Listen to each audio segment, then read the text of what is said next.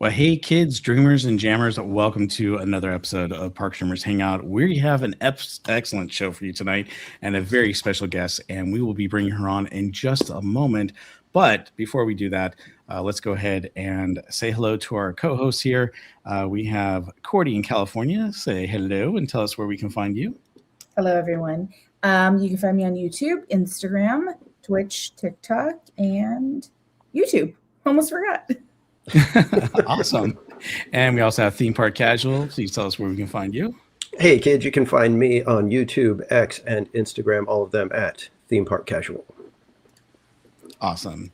And you guys can find me at BarryPlace28 on YouTube, Instagram, TikTok, X, and Facebook, as well as arielsplace.com. All right. With that, let's go ahead into the chat and welcome everyone in and see who's with us tonight. Who do we have? We did get 5 gifted memberships from SoCal Sports. Thank you, SoCal Sports. That's awesome. So Very much. cool. Kelly DiMaggio. Yeah, Kelly DiMaggio, EXP626, the Disney Fab 4, and Kaylee, and Krista Joe. Congratulations. Wow, very nice. Very cool. Joy. Congrats, everybody, and thank you again, SoCal Sports. Flags in the chat for SoCal Sports, everybody. But we've got a good group in here already. We've got Kelly DiMaggio, we got Buddy Hepburn, EXP626, we got Jennifer Beausoleil, we got Cordy in California in the chat. We got Mattercam Matt, Teacher Tammy D, SoCal Sports, of course. Scrolling through. Ooh, First thing, Weird Old Man. Sorry. Who else do we have? We have Weird Little Man. Has been a member for 13 months. Great to see you, all three of you. Wow. Well, it's good to see you, Weird Old Man. We've got Logic in the chat. We got Cruise and Theme Park Guide. Daisy to you, Eric Schwartz. I think someone joined the chat, TPC. Who? Oh, yeah, that coffee thing. If you say it 3 times, what happens? Yeah, if I say it 3 times, then I think my head will explode. So Banafi.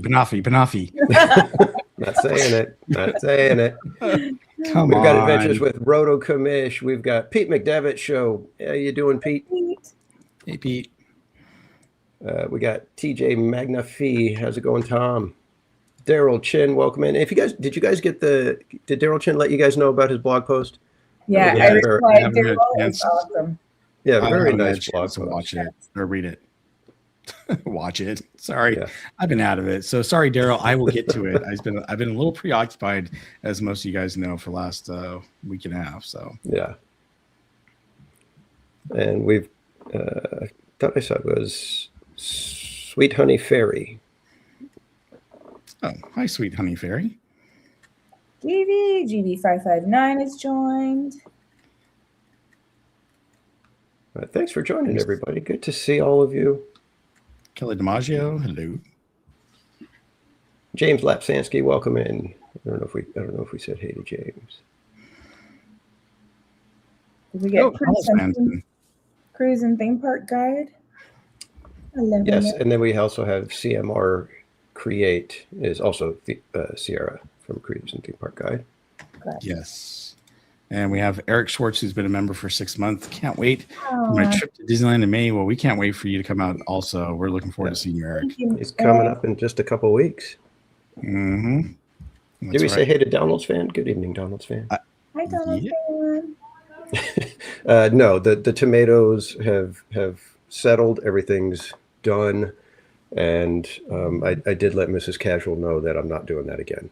I will not offer eating tomatoes for any amount of money or donations. Right? That's over and done with. We've closed the book on that chapter. Mm-hmm. Sure, we have. You look really spiffy in that Dapper Dan suit yesterday. Mm-hmm. I did, but I had to take the jacket off, and when I was eating the tomato, I would not have made it. If I had the jacket on in the heat, it was a close call as it was. So, Well, what else can we get you to eat then? We can throw tomatoes at you if you like. Yeah, I would rather that actually. Throw tomatoes at Theme could Park be Casual for charity. I like that. that could be something. make for I would chalk possibly doing that. allow it. I would possibly allow Nice that. mushy tomatoes. Yeah. All right. Well, with that, thank you everyone for joining us tonight. It's a pleasure to see all of you in the chat. And we are ready to get to our special guest. But before we bring her on, I'm going to have Theme Park Casual read her bio to all of you, and then we'll welcome her aboard. All righty. Here we go, kids. Debbie Weiss is the founder of the Wonderful World of Art Animation Art Gallery in Los Angeles, one of the world's leading destinations for rare and collectible animation art. Since launching the gallery in 1993, after leading a successful career on Wall Street, she has built a reputation for offering high-quality, one-of-a-kind pieces with integrity and expertise. An avid collector herself, Debbie has one of the largest private animation art collections in the world and was named one of the 12 most influential people in the industry by Animation Magazine. She has been featured on CNN, Forbes, and the BBC, and is widely respected for her knowledge, passion, and commitment to educating collectors. Ladies and gentlemen, please welcome Debbie Weiss. Hey, Debbie, how are you? Thank you so much for having me. This is such an honor. Thank you. Oh, thank You're you. welcome. Yeah, first of all, we were talking earlier about all the cells and animation behind you. Those are some pretty cool pieces that you have behind you. Can you tell us a little bit about those real quick before we get into the questions? Can. These are all in my collection. On the corner is original Disneyland cell setup Maleficent from Sleeping Beauty. You can't, here, I guess I could do this. And I really don't show these that much publicly, so this is kind of fun. Then this one here is a Snow White concept piece, never been before in the hands of a collector before me. I bought a whole collection. We've got Dopey with the diamond eyes with a lot of reflection, sorry. Oh, there he Here is. I've got a Briar Rose, an owl, not the best piece I have, but very meaningful to me because this is the one I gave to my grandmother and she had it in her house all the way up until she passed. I've got a Mary Blair here, and I've got, this is a witch Courvoisier with the signature below from the man himself. That's a real Disney signature, not a studio. Wow. That's amazing. Woo. Those are so cool. I love that.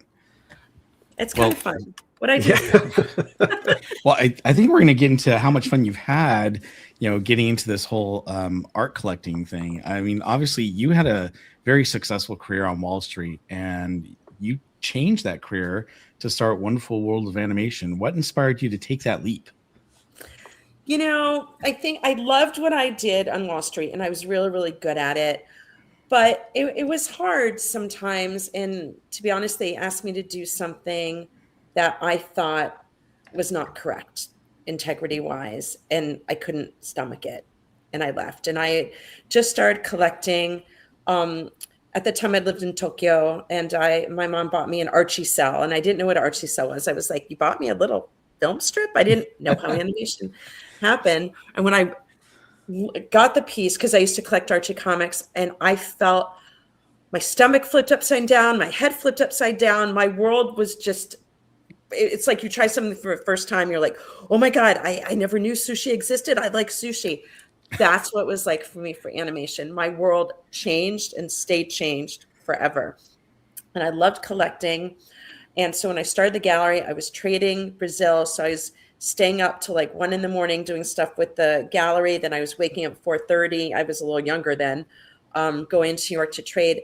And when they asked me to do that, I was like, you know what? I'm going to just do something I love. I'm going to bring that integrity to my gallery. And I just want people to enjoy it, hopefully as much as I do. And when we sell pieces, I try and really get what the collector wants. I don't push them into things. I don't go, oh, I'm making the most money on this one. I really, if you come in and you tell me what you want and what suits you is $500 piece instead of $5,000, that's what I'm going to point you towards, because that's who I am. And I really do this in trading. I always was about the long-term relationship. I'm still friends with my old boss. I'm still friends with my old assistant. I'm still friends with my best broker in Argentina. And some clients have been buying from us. They've been around since 93. They've been buying from me this whole time. Many collectors have spent over $1 million each with us. I've sold to museums. I'm just in it for the long term. I want people to enjoy this. That's great. So since opening in 1993, Yes. your gallery's become like a go-to destination for collectors. What do you think has been like the key to that long-term success? I think it's a number of things. I think it's one, let's be real. Nobody needs animation art, right? You need certain things. You need water to live. You need food. Nobody needs animation art. And I think we just want people to feel good when they buy from us and they collect from us. I want it to be, you go to the theme park, you have a nice experience. I want the collectors to have a nice experience from beginning to end. Beginning meaning, hopefully when you go on the website, I try and be like kind of elegant yet fun, which is really hard to kind of mix, but we have a high end, but we sell fun stuff. So I'm trying to be this professional yet fun yet elegant. I think we get it right. So we hope, that our website portrays that. When you call up, you're usually talking to Rob. He's very low key. He's not hard sale. He's there to help, not to push. And people really enjoy dealing with him. When you place the order, you get, emails saying, here's your FedEx. We want it clean from beginning to end. There's good communication. Kyoko packs beautifully. I think in the 20 years, Rob and Kyoko have both been with me for 20 years.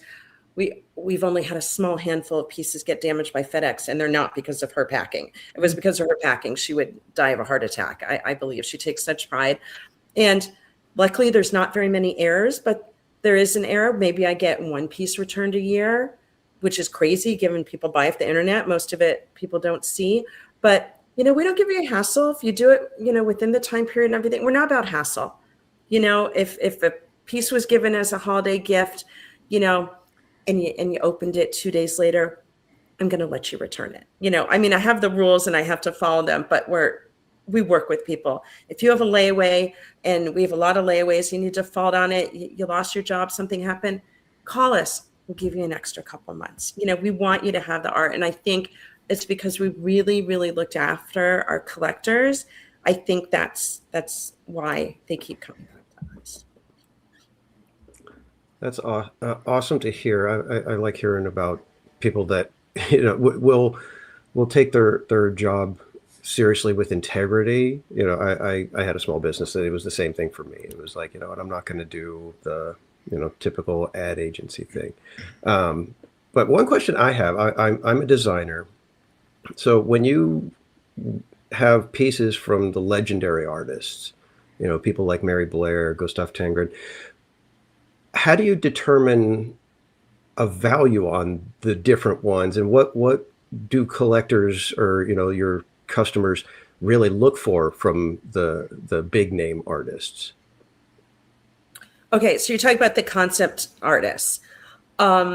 So those, what's kind of interesting is when I first started collecting in the early 90s, I find almost all collectors, not like the animators or artists, we're going to put them to the side, but I'll call more regular people like myself.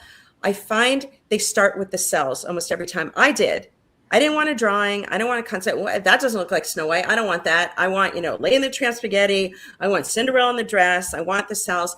And as I started to learn more and more, I promise I will answer your question, more and more about the process, I find the more backwards I went. I was like, oh, a drawing. Oh, a key drawing. Wait, a drawing with notes. Wait a second. This is a Milt Kahl. This is a Mark Davis.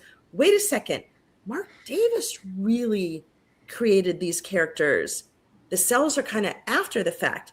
Wait a second. Concept art? That really, so like I find it goes back like that. And there's not relative the cells and even drawings, there's not nearly as much concept art that seemed to have survived. If you think about like in college, right? You have your notes, you have your drafts, things like you turn the paper in, you're done, right? This is in your way. That was your work. So over the years, they just threw this stuff out. I mean, much to our horror. And a lot of the concept art, wasn't the final film. The product was the film they sold in the movie theaters to be watched. And so it's, so when someone approaches us and say, hey, I have a Tengrin for sale. In fact, I'm hoping to get a few in soon that we sold to one of our collectors. And I'll be very excited to get those back because there's not many. We give people a range. We say, okay, this is between 30 and 50,000 retail, 50 and 70. We give a wide range. And the question is, why do you do that? It's not like, a store you go in and, like milk should pretty much be this or, all these things. These things are in the eye of the beholder. So we think a range is appropriate and we work with the consignor on where they want to sell. Some people like, hey, I need some money faster. We got to do the lower end. Let's try for the quicker sale. Other people like, you know what? It sells. Let's do higher end. And so when you price it, I look at what I've sold things for previously.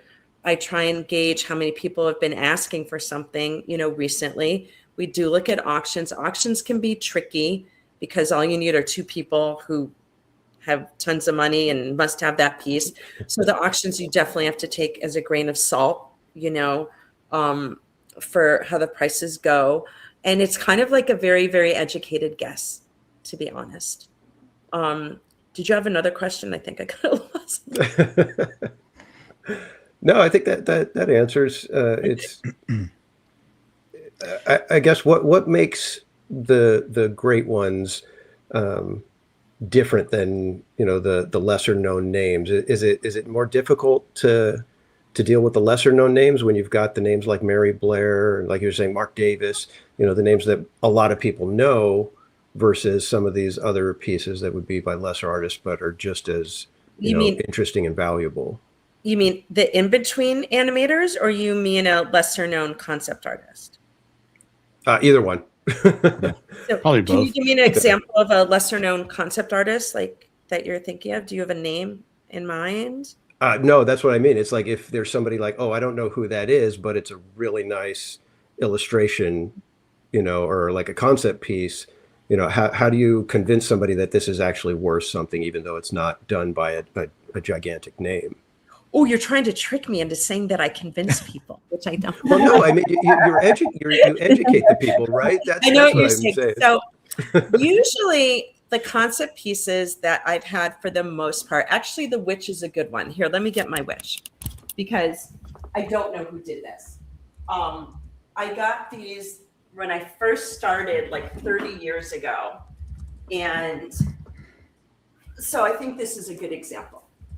So I don't know who did this. This lady contacted me and I was new and I think she had about 30 pieces of, amazing concept pieces. One of them I really wish I'd kept. I didn't. I was new. I'm like, I want some sales.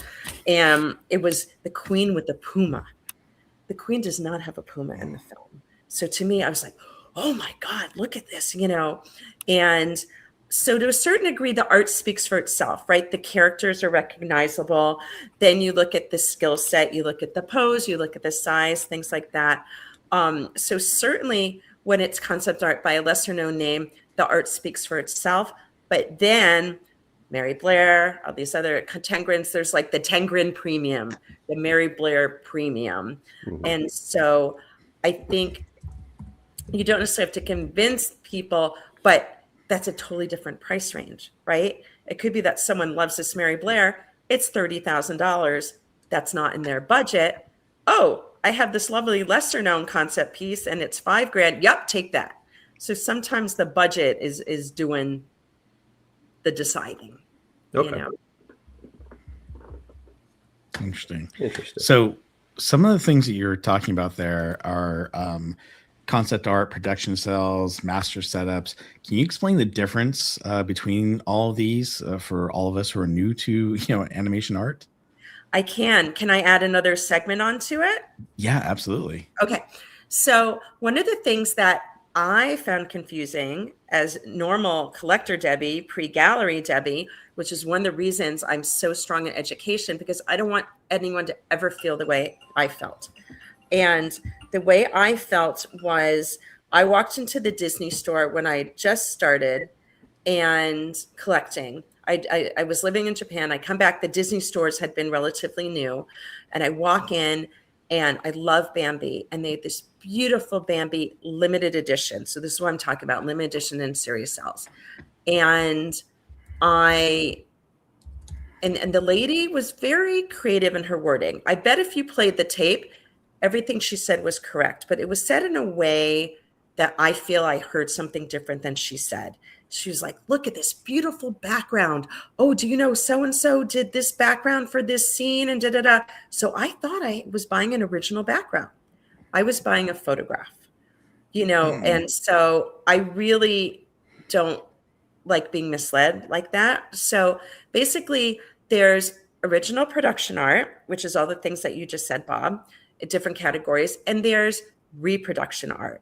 And there's nothing wrong with reproduction art if you know what you're buying and if that's what you want to buy. So there's pretty much a couple types. One is a series cell. They're cute, they're fun, they're perfect poses. They're editions of 2,500, 5,000. They're usually a couple $100. So if you love Tinkerbell and you love that pose and you want that in your house, I'm not going to argue with you. That's what you want. And that's what makes sense to you. But I don't want you thinking you bought an original Tinkerbell cell because you didn't. And then the limited edition hand-painted cells are, as they say, hand-painted. The editions are generally smaller, a couple $100, $250, $500. But those can go for $3,000, $5,000. And I remember when I first started, they had like the first Snow White and the Seven Dwarfs limit. And I go, all right, if you get a Kavase cell, which you may or may not find, they're very hard with all Snow White and the Seven Dwarfs, really hard to find. It's 20 grand, it's 30 grand, it's 40 grand. So a limited edition of that, I think at the time, $3,000, $4,000, $5,000, I could see the logic there. And you go, okay, there's 500, that's 10 per state. But then, you know what happens a few months later? There's another different scene, Snow White and Seven Dwarfs. Well, by economics and mathematical, did your piece just become half as valuable because there's twice as many? You see what I'm saying? And so, again, they tend to pick the perfect poses. So if you want a Lady in the Tramp spaghetti, and I just sold one, I think it was around $18,000 last week from the Bellinote scene, and the limited's $3,000, $4,000, maybe that's a good choice for you as long as you know what you're buying. Once I found out what I bought, I returned them to the store, and I was not happy, shall we say. So to go back to your question, Bob, so there's production art. So production art is any art used to make the film or cartoon. Some people think it's just the cells that appear in the cartoon. That's not correct. Those are under the camera cells. And sometimes it's hard to trace them because I've traced many a cell. You're trying to catch that moment. I had to buy an extra thing to like slow it down and try and do it. Sometimes cells were edited. They're from that for whatever reason. The lighting wasn't right. They had to shorten the time. They do what they do. Edited cells are still production cells. Drawings. So you kind of think about it as a timeline. Concept art kind of coming first. What do these people look like? Or maybe what could they look like? Snow White's blonde. This one's this or that. They get the feel of it. Then they go to storyboards where they're mapping it out. They're like, okay, this happens. Then this scene happens and this happens. And sometimes storyboards are small and thumbnails. Storyboards are very exciting to find, in my opinion. Then you kind of go to the drawings. All right, what is every second, microsecond looking like? And that's a whole different skill set because these things have to make you believe they're real, right? The reason people like them is they connect with emotions. So you have these characters that are drawings and paint, and yet you cry when something happens or you feel excited, and it was just paint. And it's amazing. So these animators just getting these moments. And if you guys come to the gallery, I can show you some scenes where I bought a batch of Sleeping Beauty drawings or Robin Hood drawings, and you can see them one by one, right in an order, and you can see just the micro movements, which makes these characters come to life. And so you go to the drawings and you go to the cells, hand painted on the acetate, the cell material, clear, and then they go on the backgrounds, the master backgrounds, production backgrounds, key, master. And so what does that mean? Production backgrounds covers it all. but a lot of time they don't match. And sometimes, usually not with Disney features, but for example, Flintstones, you can have something on a production background. Which Flintstones cartoon was that from? Who knows? There you go. There's a Belle Notte. And so that would be production background. If you know it's from the film, but it doesn't match that moment, it's a master setup. And if it's key, think lock in a key. Key master is that cell, you pause it, you got that background, you got that cell. And a lot of times that's the holy grail, the key master. But there are some situations where if you actually make a master setup, it's a more valuable piece because the key master, the background's kind of not that exciting. But if you mix and match it a little bit, you can have a beautiful cell on amazing background like that, like Cinderella there.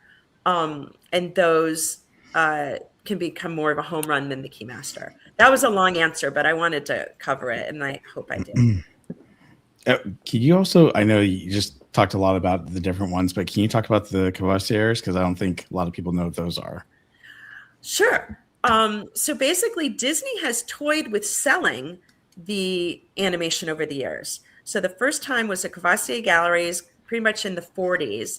And Disney sent them a bunch of cells. They were in San Francisco, and they sent them boxes of cells. And they just sat there and go, this Snow White seems to go with this Dopey and this one. And then they trimmed them to character and stuck them on these backgrounds. Some of the backgrounds in my witch that I showed you earlier is a Cavassier cell setup. And some of the backgrounds have something to them. Some are stars, some are wood grain. Not all Cavassier backgrounds are the same. Some are much more desirable than others. And you go, ooh, they trimmed, they glued. Well, that's how it is. So if you get a new cell or newer cell from Little Mermaid, which I consider newer, and it's trim and applied, you go, ooh, maybe that's not ideal because there's loads of mermaids that are not, because Disney started wising up and saving them all. But Cavassiers, that's what 99% of the cells from that era are. So it's okay because that's what most of them are. And so it's called a Cavassier cell setup. And a lot of them are in the mats, the off-white mats with the little stamp that survive the years, but sometimes the sticker on the back goes missing, the mat goes missing. You know, people in the 30s and 40s, they weren't thinking, oh, this could be worth $10,000 one day. They're just like, oh, this is cute and fun. I don't like this mat. And then they change it. Did that answer it, you think? Yes, thank you. So speaking of all these like rare pieces of art that you find, are they, I'm sure there's a mix, but are they sourced from private collectors, estates, studios? And is there a piece, a once in a lifetime piece that really stood out for you? Okay. So in terms of the art, we've been around for a while, and our website shows up mostly, you know, when you type in animation art, a lot of times refers Disney art, that kind of thing. So pretty much people come to us. When I started collecting, this is before the internet. This is when you went into town and go, oh, is there someone in the phone book? I hope so. This is how I'm showing my age. And there were a couple collectors magazines, which don't exist anymore, where they had some ads. And I tripped over, they're not around anymore, this couple outside of Philadelphia. And you go to their house and, oh, this giant room, this extension on their house, it was like a museum. They had cells from floor to ceiling. They had drawers of drawings. I would get my bonus from Wall Street. I would cash the check and I would drive to Philadelphia and spend my whole bonus, or a lot of my bonus, on art. And it was the most exciting thing. I mean, I used to have dreams about finding dopey cells in people's basements, all these things. And so that's where, as a collector, I was getting most of my stuff. And as I said, now it's more a combination of somebody who's already bought from us, and for whatever reason, they're trading for another piece, or, you know, somebody passed away, somebody got divorced. I don't like to get art that way, but it is how we get it sometimes. My favorite is animators, estates and animators. So people call us, and then that's a big bunch of art. And not only is it a big bunch of art, which is exciting, it's art that's not been on the market before. And that it's like finding this lost treasure, like one of those movies where, you know, they're undersea and then they find the ship and the pirate ship and the treasure. That's how it feels to me. So I recently bought an animator estate with a lot of Robin Hood drawings, and that was really exciting. And some scenes that I'd never had a drawing from. It doesn't mean they don't exist. It doesn't mean there isn't somewhere. It just means I haven't seen it. I've seen a lot of art, but I haven't seen everything. And then you were asking more like of a holy grail. See, that's a really interesting question because I just buy what speaks to me. There's some pieces in my collection, like a Cindian ball gown, right? And you can see, oh, I can see that being on the top of a lot of people's list, right? I have weird things. I got Dopey with water out of his ears, things that I just think are fun and interesting. But no one's ever said to me, Debbie, Dopey with water coming out of his ears is top of my holy grail list. So I just like pieces that speak to me. Would I be excited to see a Steamboat Willie cell that I'm not sure exists? I've never seen one. And I've been to the Disney morgue where they have the ARL, where they have stuff. And they have a lot of stuff. I don't recall if I asked them about Steamboat Willie. I think I probably should have. But I kind of lost my mind. You know, you would think it would be hard to like stun me. I was speechless. I was just the whole time, you know, just looking at the art and everything. But as far as we're concerned, the art isn't available because they're not selling it, right? So it's not, you know, for collectors, we can't do that. So, you know, people pretty much, you know, come to us, and that's how I get most of it. So when people come to you with this, how do you verify that something is a true piece? That, you know, how do you determine that? Is it easy for you to spot it right away? Or is it the kind of thing that, you know, have you had to do, you know, research, you know, heavy research on any pieces that you found to verify? In terms of feeling that something's fake, or feeling like we don't know what it is from? I guess more fake. I would, you know, just so that, you know, we can understand that it's not easy to swindle you. I hope not, or else my career is over. You're donezo. So I think in general, you know, animation isn't relative to the art world worth a ton. So I would hope that people don't spend a lot of time, you know, faking the art. You get a pretty good eye. So sometimes, and it doesn't happen a lot, it really doesn't. So I don't want to spook people, but I'll be shown something and I'll be like, it just doesn't look right. You know, it doesn't really match what I usually have. And then we just politely say, you know, this doesn't look on model to us, which is a polite way of saying, I don't think this is right. This is real. I would have to say, if you're going to go on eBay, I consider, and I have things on eBay, but I feel eBay is kind of the Wild West. And you have, you know, people like me with legitimate art, and there's other things. I don't really look on eBay that much anymore, but I've seen some things on eBay. I'm like, what is that? I feel like I've seen a lot of serious cells I think are faked. I don't know what's up with that. And I would say the color model cells, because you can't really trace them in the film, and they're meant to look different usually with the different colors. Those are what I tend to see things that I don't think are right. So if you're newer to collecting and you don't have an experienced eye, I would just stay away from color model cells as kind of like general advice until you kind of get your wits about you.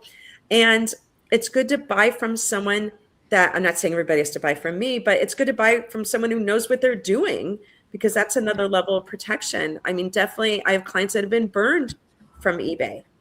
You know, I had a client buy what they thought was original peanut strips. And I don't know if you're familiar with those prices, but you know, the Sundays are 30, 50. I sold one for over $100,000.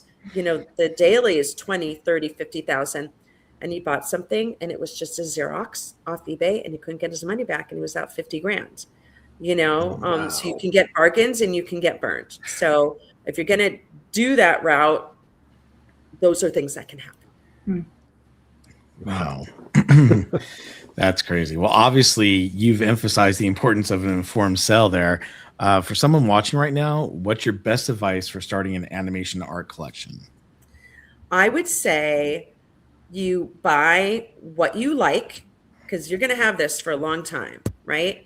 So buy what you like, buy what you can afford, right? It's great if you want to buy a Mary Blair castle, But if after buying that, you're stressing out about your mortgage, probably wasn't a smart buy for you. So you want to enjoy this art, not have it stress you out. I would suggest get familiar with, the terms I talked about. Is it original art? Is it reproduction art? Just get familiar with those kind of things, and find some places that you like to buy from. Call the place, talk to the people if you want to, get a feel for them. These are the people that are guiding you. If you're buying from a gallery, we're your guides. And so make sure you kind of like and feel good and trust your guides.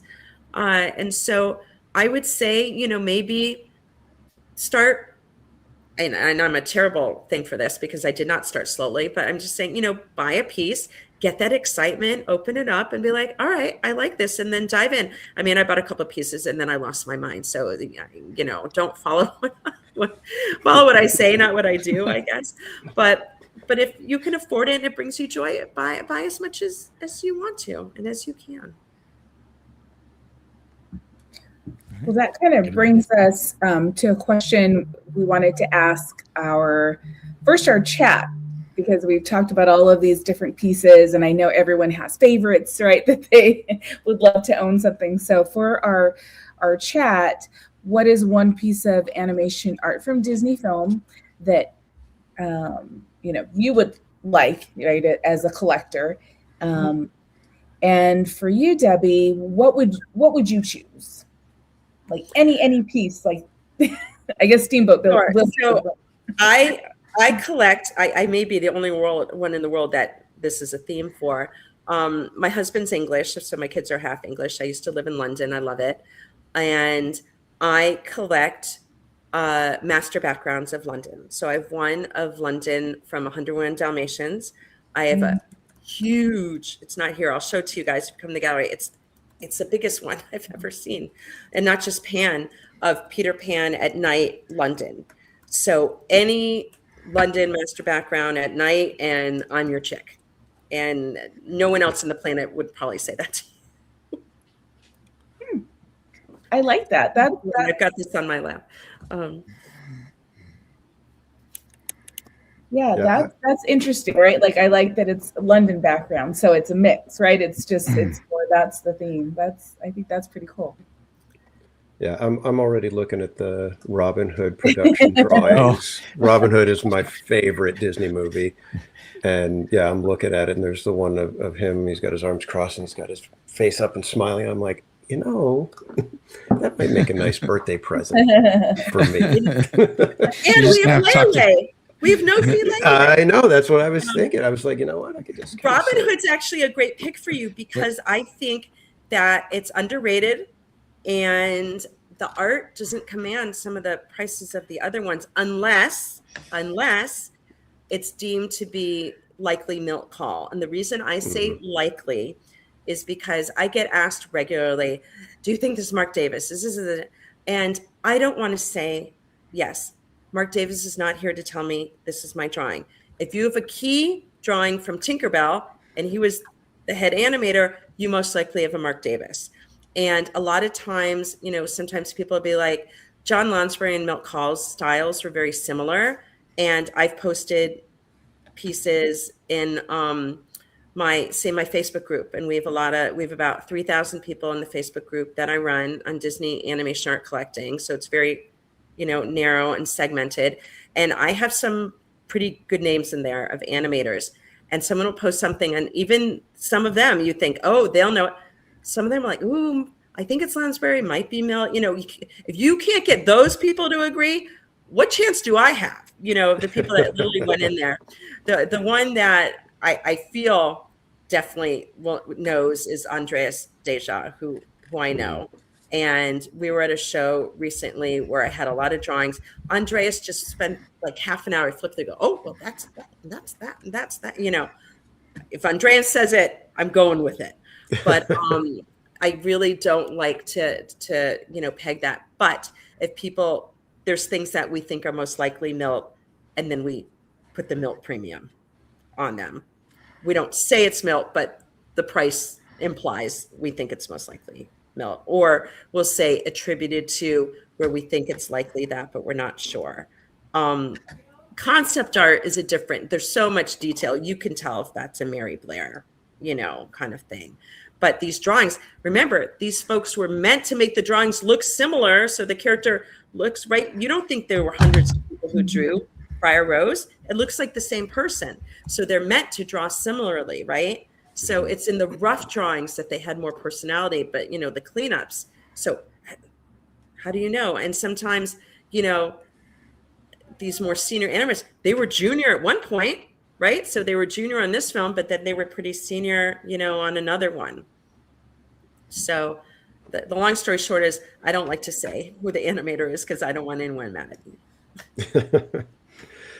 Now, a question I wanted to ask, have you ever been given like a task to go find a specific piece or a certain scene and it was a little difficult, or is it, is the industry more of a this is what we have kind of thing? Oh, well, that's the story of my whole life. Clients going, oh, you can't. You just can't. Okay. Even when I was on the Fox program selling Simpsons art, and we sold thousands of Simpsons cells, I actually left because there was an integrity issue I felt with the supplier, and I'll kind of, since I'm being videoed, I'll leave it there. But you thought where they had a warehouse of all the Simpsons cell, you'd be able, I want this scene. No, they were released. This is the episode they're releasing. They released only a certain amount. So you could say to me, I want a Cinderella with a dress, and I'll write that down. If I get one in, you can be one of the people we call, but I don't know what I'm getting in. I'm shown art pretty much daily, but I can't tell you the next time I'm going to get a Snow White. I don't know. It's who decides to call me with what, when Disney had their art program, the most recent one, and they still had say some Roger Rabbits and the Little Mermaids and things like that. You had a better shot because they kept the whole film. They released a lot of them through the Disney stores, but you could get some of them through the art program. Then you had a shot. But if you say to me, I want Cinderella and the Prince dancing at 137.39. I don't even know if that cell survived the years. And if it did, it could be in the Disney archives. It could be in someone's collection. They're never selling it. It's too hard to do specific requests. All right, I think we'll go do a quick bonus rapid fire round for you. So we'll do a couple of prize? I don't know, Bob, do we have a prize for Debbie? I will think of something. Yeah. It's just a joke. It's just a joke. I feel like I'm on those game shows. All right, so you get a trip to Bermuda. Yeah. Just stick her to Park Streamers Hangout. But we'd like just and off the cuff, because these are kind of questions that should be just kind of a rapid fire, get your initial reaction type of answer. So we'll go kind of quick through them, and hopefully you'll be able to answer them decently quick. Your favorite Disney artist? Concept art, Ken Anderson and David Hall. Ooh. Most underrated film. Who? No, I know Ken Anderson at least. Most underrated film for collectors? Robin Hood. Oh. Dream piece you'd love to acquire? Yet another master background with London at Night. And then one word to describe animation art. Animation art collecting or animation art? Animation art. Oh, I was going to say animation art collecting. I'd say addictive. Animation art, I would say magical. Perfect. Ooh, I like that. Great That is answer awesome. for that one. All right. I'll turn it back over to Bob. He's hosting tonight. Sorry. So I put in the chat, if you guys have any questions for Debbie, please put them in there so we can go ahead and ask them. We already have one from Daryl here. He says, what's your favorite Disney Imagineer? Ooh, I probably don't really have one because that's not what I do. I really respect all of them, but I'm not theme parky art. I'm movie art. So I don't really think I have one. Sorry. No? What's one of your favorite non-Disney artists? Is there such a thing? Well, according to your website, you've got What? Hanna-Barbera. Oh, Oh, geez. that. Oh, I thought you were Yeah. talking about like Picasso or something. I was trying to be silly. The non, I guess Nightmare is considered Disney. I think Chuck Jones was pretty talented. Mm. Yeah. Yeah. Mhm. Something I saw though on your site is you don't just sell, art by regular artists. You also have some art that's been created by just fans, and you've got those up on your website, which I thought was pretty amazing. Can you give me an Mhm. example? I think there was a Bugs Bunny one. Let's see, where is it? Oh, yeah. Okay, I know the one. We really don't carry those, but Oh, you what don't? happened Okay. is the person gave us a really good consignment of other great art. So we Mhm. took everything. So I think that's actually the only piece I've ever had. Oh, okay. Yeah, because I saw it and I was like, wow, really? That's pretty neat. Here, I'll bring it up real quick because I have the picture of it. But it says original fan art of Bugs Bunny. Yes, $15. it's the only piece I've ever had in 30 plus years, which is kind of hilarious. But, like I usually don't take serious sales. I usually don't take limited editions, right?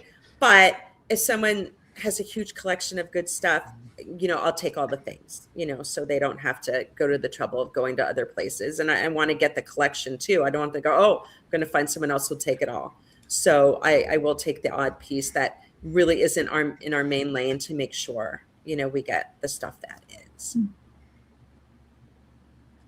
Are there any other chatty questions? I can't see the chat. Yeah, I think we have do. one. Go ahead. It's Debbie, have you sold any Marvel art? If so, what were those most valuable pieces? Not really Marvel. We've carried the Alex Ross before.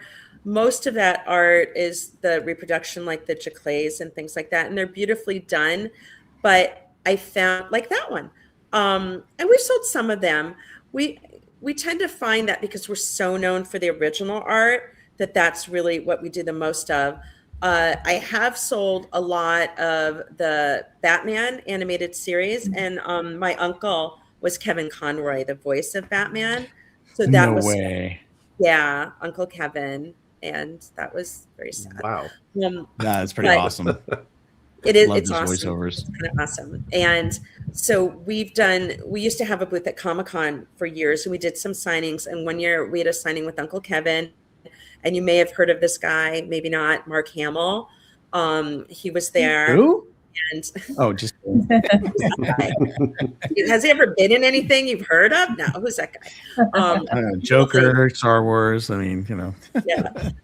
Lovely. And that is one of the perks of doing what I do is you get to have crazy signings like that.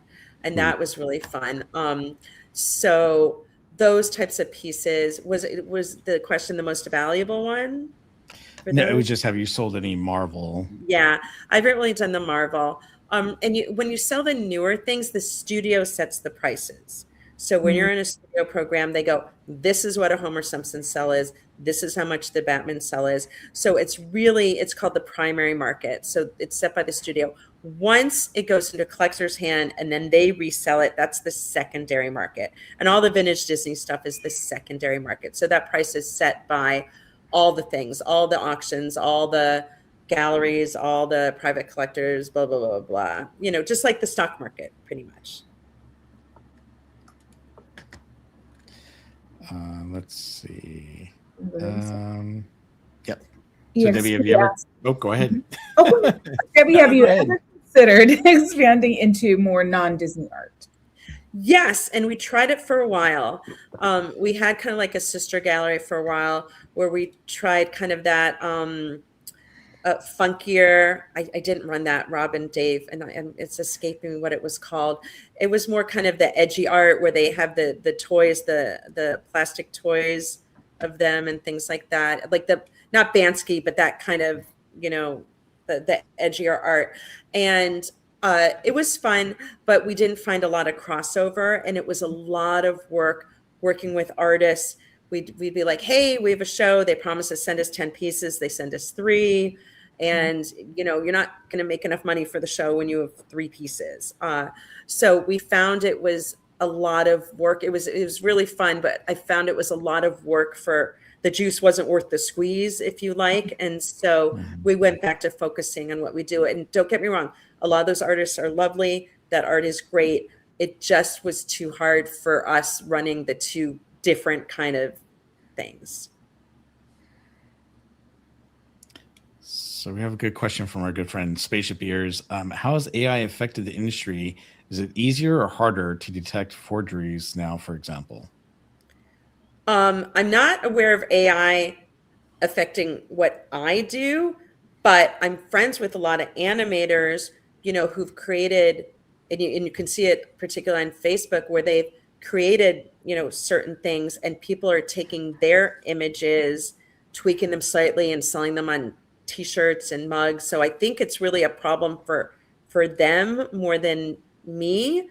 I don't see how an AI is going to reproduce a 1959 Briar Rose drawing, but I do think it's creating a lot of problems with, these kind of, newer images all over the place. I mean, these poor artists, they have to like shut down all these people just stealing their stuff and putting them all over the place.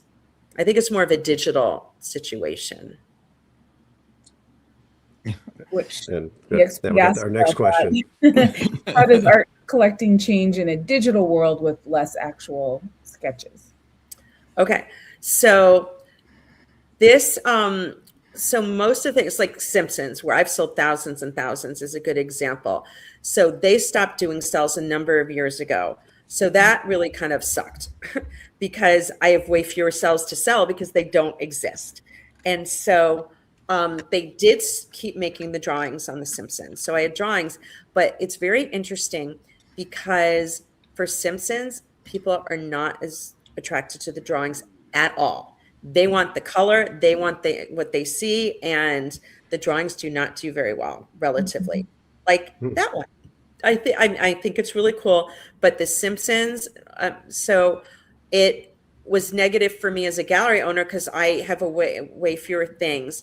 It doesn't have, it technically should make the other ones that exist more valuable. But if you go back to econ from college, there's so many out there that it's not a ton. It's not enough to move the needle a lot. So, I mean, it was a negative for me. I mean, I want things for my own collection. They don't exist. I don't have as much to sell. So it's been a bummer that way. And there's definitely things like, say, Lion King. There's no sales for Lion King. If I had sales for Lion King, I'd be able to sell a ton of those. They had the drawings, and then Disney worked with Sotheby's at their auctions, and I didn't feel it was worded great. Another reason why I'm really try and educate people is the wording on the certificates in the auction for even someone at my level, I found confusing. What they did is they took original master backgrounds. So those are original.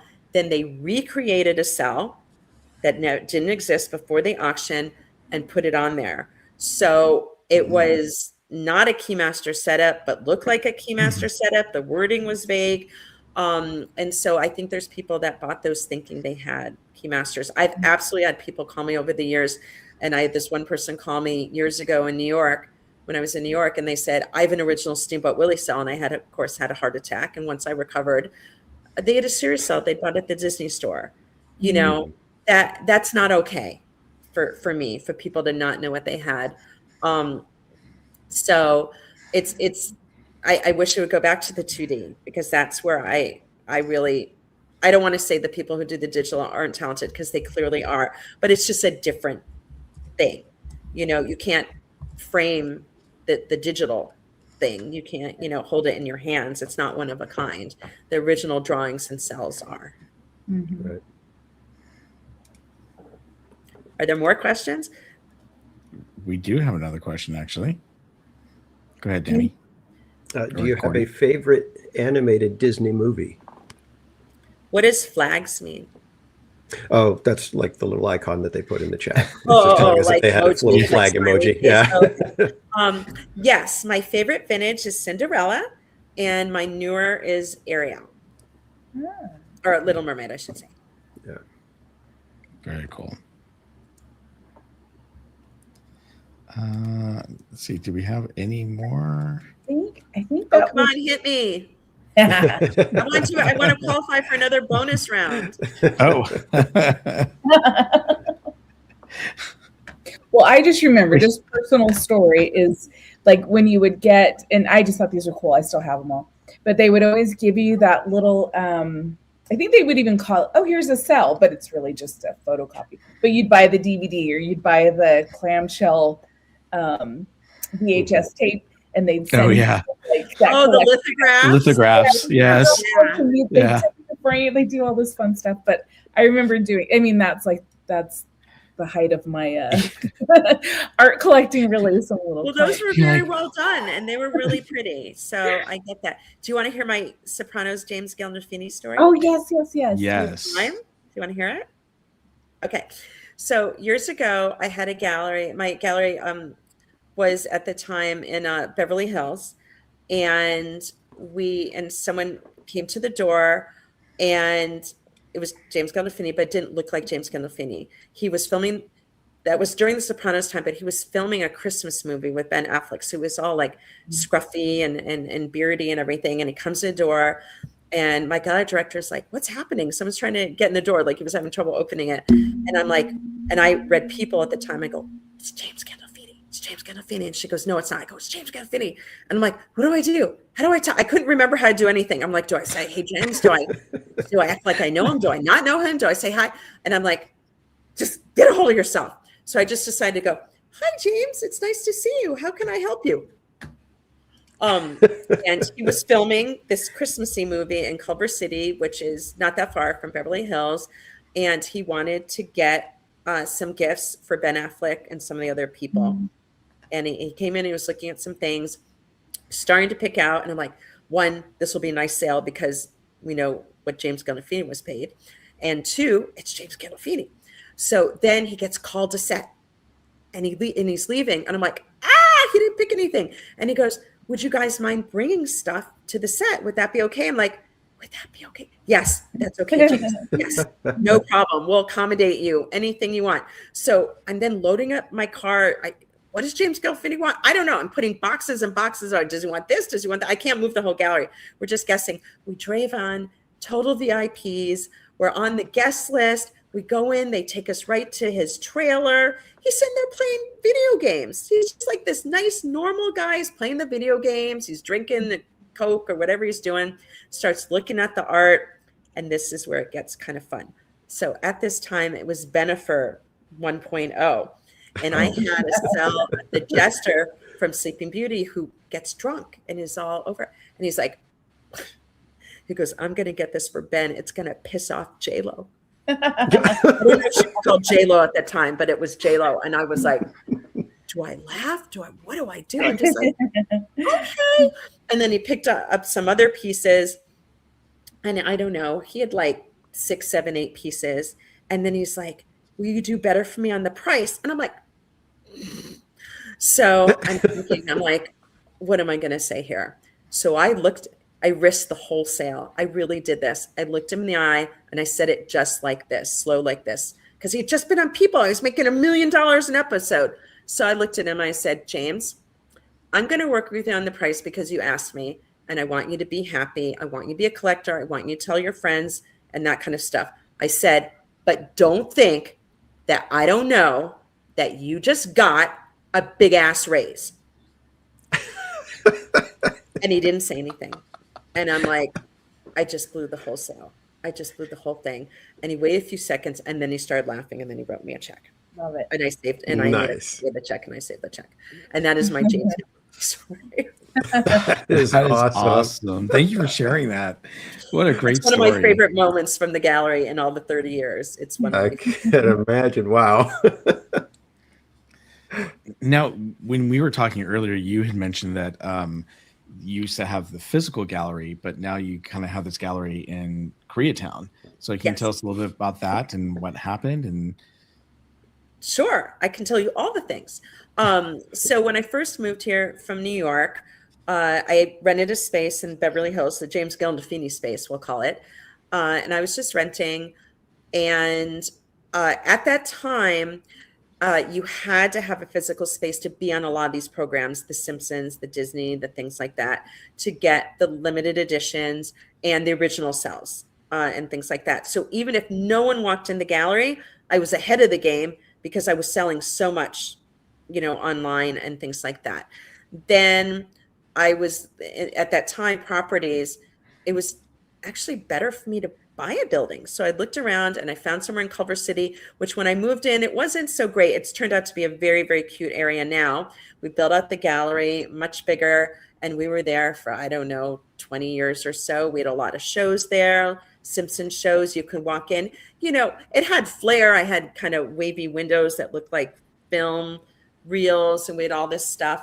And, thousands of pieces. I always have thousands of pieces no matter what I'm doing.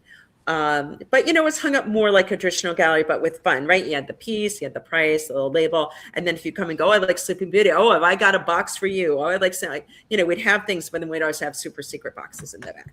And then you may have heard this thing called COVID, which changed everything. And then they shut us for COVID, which is completely fine with me. I wanted everybody safe.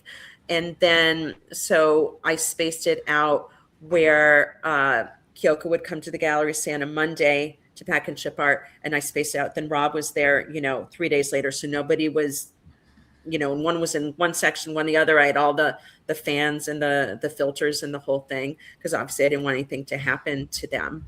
And we were doing great online. And to be honest with you, a lot of the reason we had the gallery again was because of the programs, and we did some shows. And I was like, you know what? The program started running out. Like, we did great shows with the Batman, but they were running out of the A and the B and the C images. I was like, you know what? The reasons I had the physical gallery when I started don't exist anymore. And my guys liked working from home, and I kind of liked it. I have 4 kids, school age kids. They're still school age. And I was like, you know what? I don't need it. And I so I sold the physical building. I wanted to keep the gallery as a gallery, and we found a space in Koreatown. So if you walk by, you'll never find us. We're in an office building. It's, I think I went from 6,000 square feet. It's probably around 1,000, but it's stuffed full of art, but it's a different experience. So it's not going to look like, the wall, floor to ceiling and all that kind of thing. So I don't really have art on the walls, but we have things, in boxes. We have frame pieces in our shelves. And if you come in and you say, I'd like, Robin Hood, right? I'm going to bring you a box of Robin Hood, and you're going to sit there and you're going to lose your mind because I have a lot of Robin Hood drawings. So it's a different experience, and it's by appointment rather than before you could just, walk in. But what we also found is a lot of people that were walking in were just killing time. They're waiting for the movie theater. They're waiting, for their table at a restaurant. There's nothing wrong with that. But, we have to spend time and then money, because I'm paying people to help and watch people that weren't ever going to buy. So we actually found that we're doing better in that sense, because other people calling are people really interested. They're just not casual. If you're casual, you just look at the website, you're not calling us. So as a business person, it also makes sense that way. And so we're by appointment only when people come by, and we're not high pressure. You come in, you don't buy anything. We don't make you feel bad. It's not like that. But almost everybody, really does buy because they've looked at the website. They're usually coming to see a piece or pieces. And a lot of times, they're from Europe or they're things like that. Like just in the last week or two, we had someone come all the way from Germany. They emailed us and they go, we're coming in 2 weeks. We love these pieces. Can we see them when we come? And then they came, bought them, and then saw some other things that they didn't know existed. And that's always fun. Very cool. Thank you for sharing that story. Sure. I think we got one other question, and then I'd like to talk about some of the stuff that you have, which is pretty amazing over there on your store that you just got, or your gallery. But this question says, what are you hoping for the future of the gallery? Any goals for growth or changes you'd like to make? These are some pretty hardcore questions. Usually people are just like, what do you like to collect? They're softballs. These are hardballs, and I'm happy to take them, but you guys are challenging me. What are you hoping for the future of the gallery? So, as a business person, you always want your sales to grow, right? And so I really relied a lot on the website because we had pretty much the top in the Google for this and that, loads of orders off the website. But the world started to change, right? And I was a little slow to change with it, to be honest with you. But a lot of things changed a lot during COVID. I had 4 kids. They had to be my priority, So Kyoko and Rob are running them, and I was a little elsewhere. But we started, I have an eBay store. And so I have a presence there. I have a presence on Etsy. I've started a YouTube channel the last few months, so we're more present in more places because not everybody's going on the website. What was the question again? Keep it up again. Oh, let me bring it back up here. Can you keep it up? Because I go on I actually unstarted. What the question was. Oh, hold on one second. I actually unstarted. So let me. It was something like the future of the gallery, right? So yes. I'm very happy, delighted with the 2 employees, and I feel like they're really much more than employees. They become, oh, thank you, family. I hope they stay with me forever. They know their jobs. They're great at their jobs. I trust them when I say, hey, what should we do? What's this? What do you think? I'm the type of, I hate to think of myself of a boss, but I am, but I consult them and I'll say, hey, you're the one in charge of this. What do you think? What's your opinion? And I value it. So for me, I like staying in the animation art lane. And as I said, I do a little bit in the comics, so it's mostly the peanuts. And what I hope is I continue to grow my presence, on the eBay, on the YouTube. I'd like to monetize. That would be kind of cool. That seems fun. I'd like to get to the point where I'm interviewing people. A few people have reached out to me, like animators, and said, will you interview me? So now I got to figure out how to do what you do, which it looks easy, and I'm sure it's not easy. And any goals for growth or changes you'd like to make? I try not to really have specific goals because I feel that just puts pressure on me. I always just like to stay true to my values, honor the collectors and their goals, but I'm also open, to feedback. Like, are there changes I want to make on the website? Yes, there's loads of changes I want to make, but there's only so much bandwidth that Rob, Kyoko, and I have to make it. Could the website be better? Yes. Could the YouTube videos be better? I mean, look at that one in me in the white sweater. Yeah, no one could see the art. That was one of my first videos. And then I opened up to the Facebook group and they were like, hey, I said, I have suggestions. They're like, oh, show the art better. I'm like, oh yeah, duh. So there was always room to grow and to tweak. I'd love to see my Facebook group grow, but only as far as it should. It's not the Facebook group where I want everybody, if you're interested in Disney animation, then you don't have to be a collector. I want to grow as big as it's going to grow.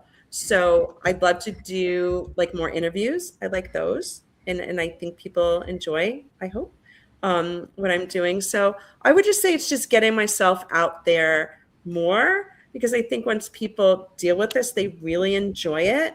And that makes me feel really proud. Like it's nice to have good sales for the gallery, but I don't measure my success only in money.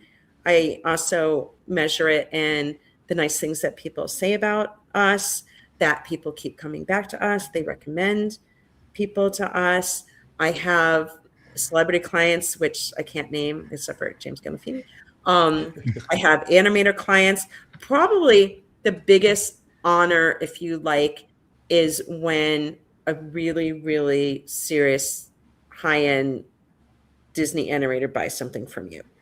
Then you're like, wow, that's like a holy grail kind of sale. Like people go, what's a holy grail to collect?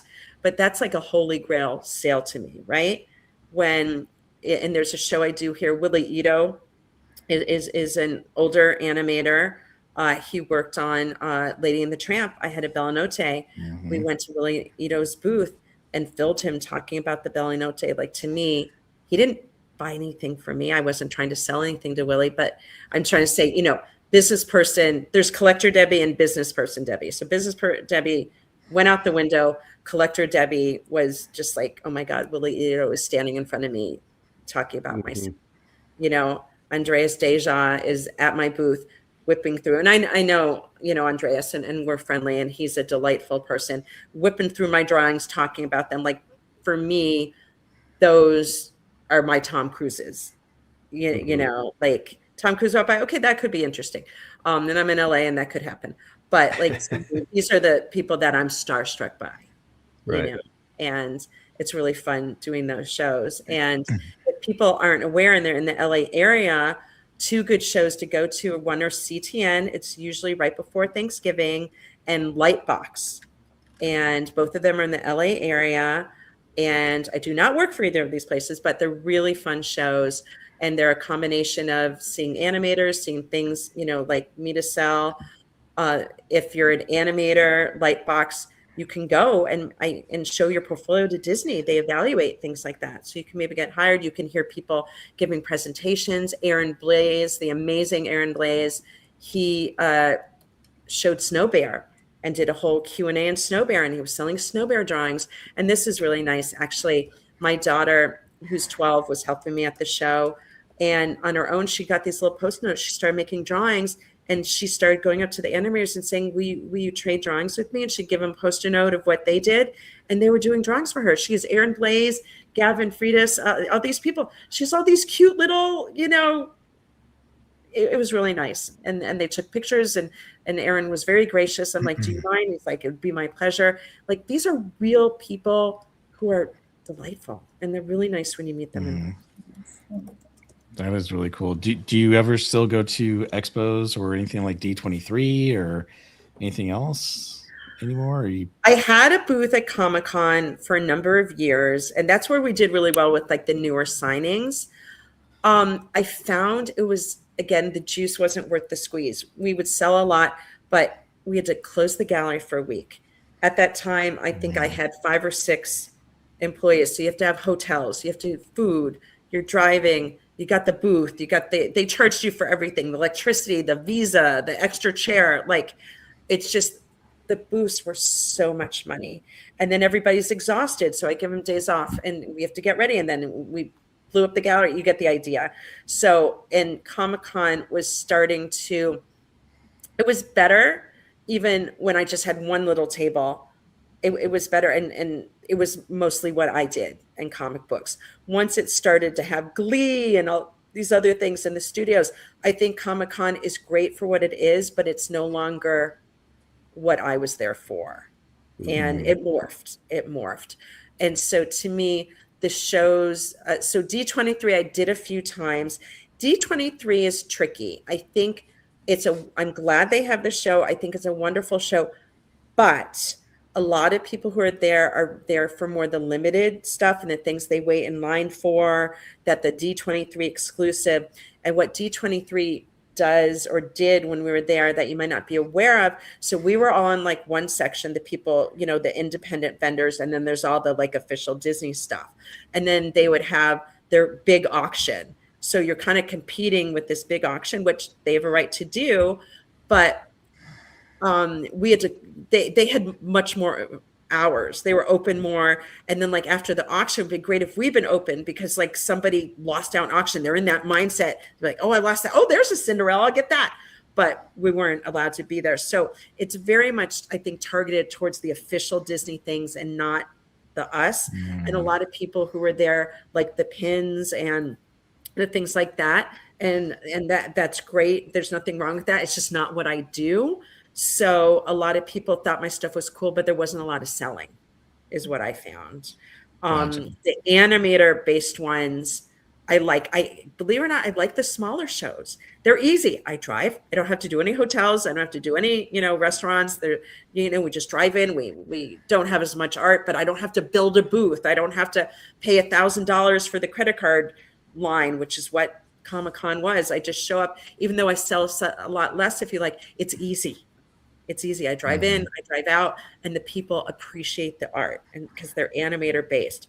And so, whereas at Comic-Con, like people were stealing decorations off our booth, the foam things that the studios gave me. That feels bad, I had people coming up and tapping art, with fingernails. Some things weren't framed, and they could scratch them. I said, please don't do that, and they got mad at me. So like, there's a lot of that happens. Whereas if you're with a show with animators, they appreciate it. I bring some things from my personal collection. I bring a Gertie the dinosaur, and a lot of them are animation students. So we have a lot of things that are, say, $20 or $50.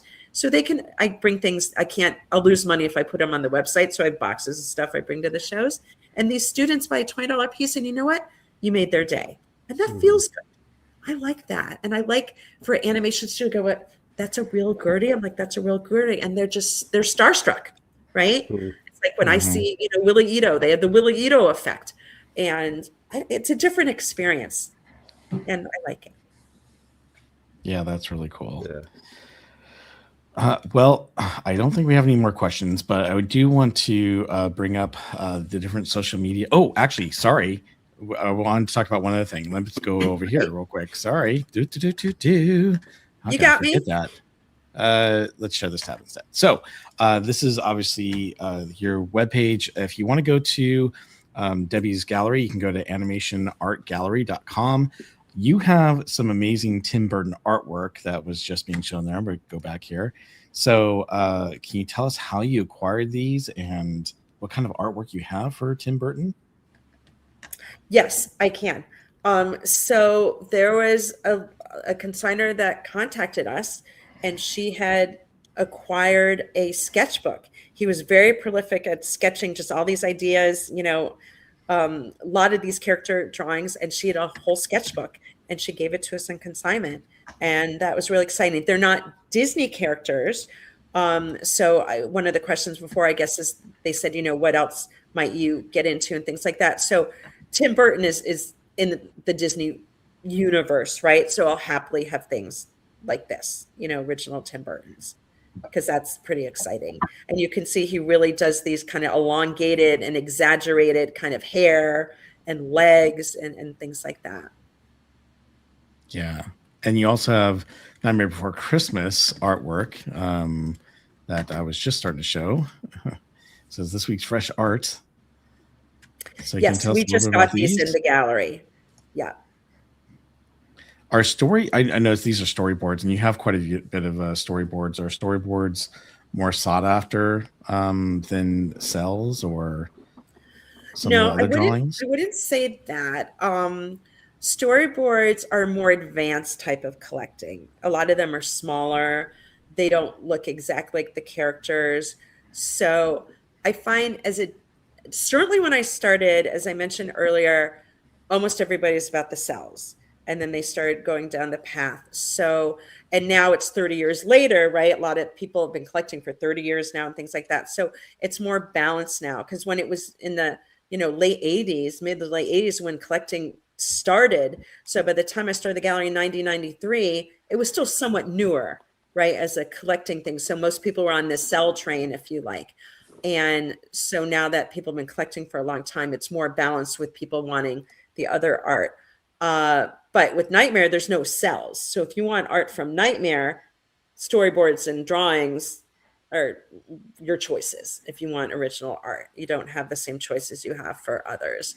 Right. But Nightmare's, pretty popular. That movie did very well. It has a real strong following. People really like the art from it.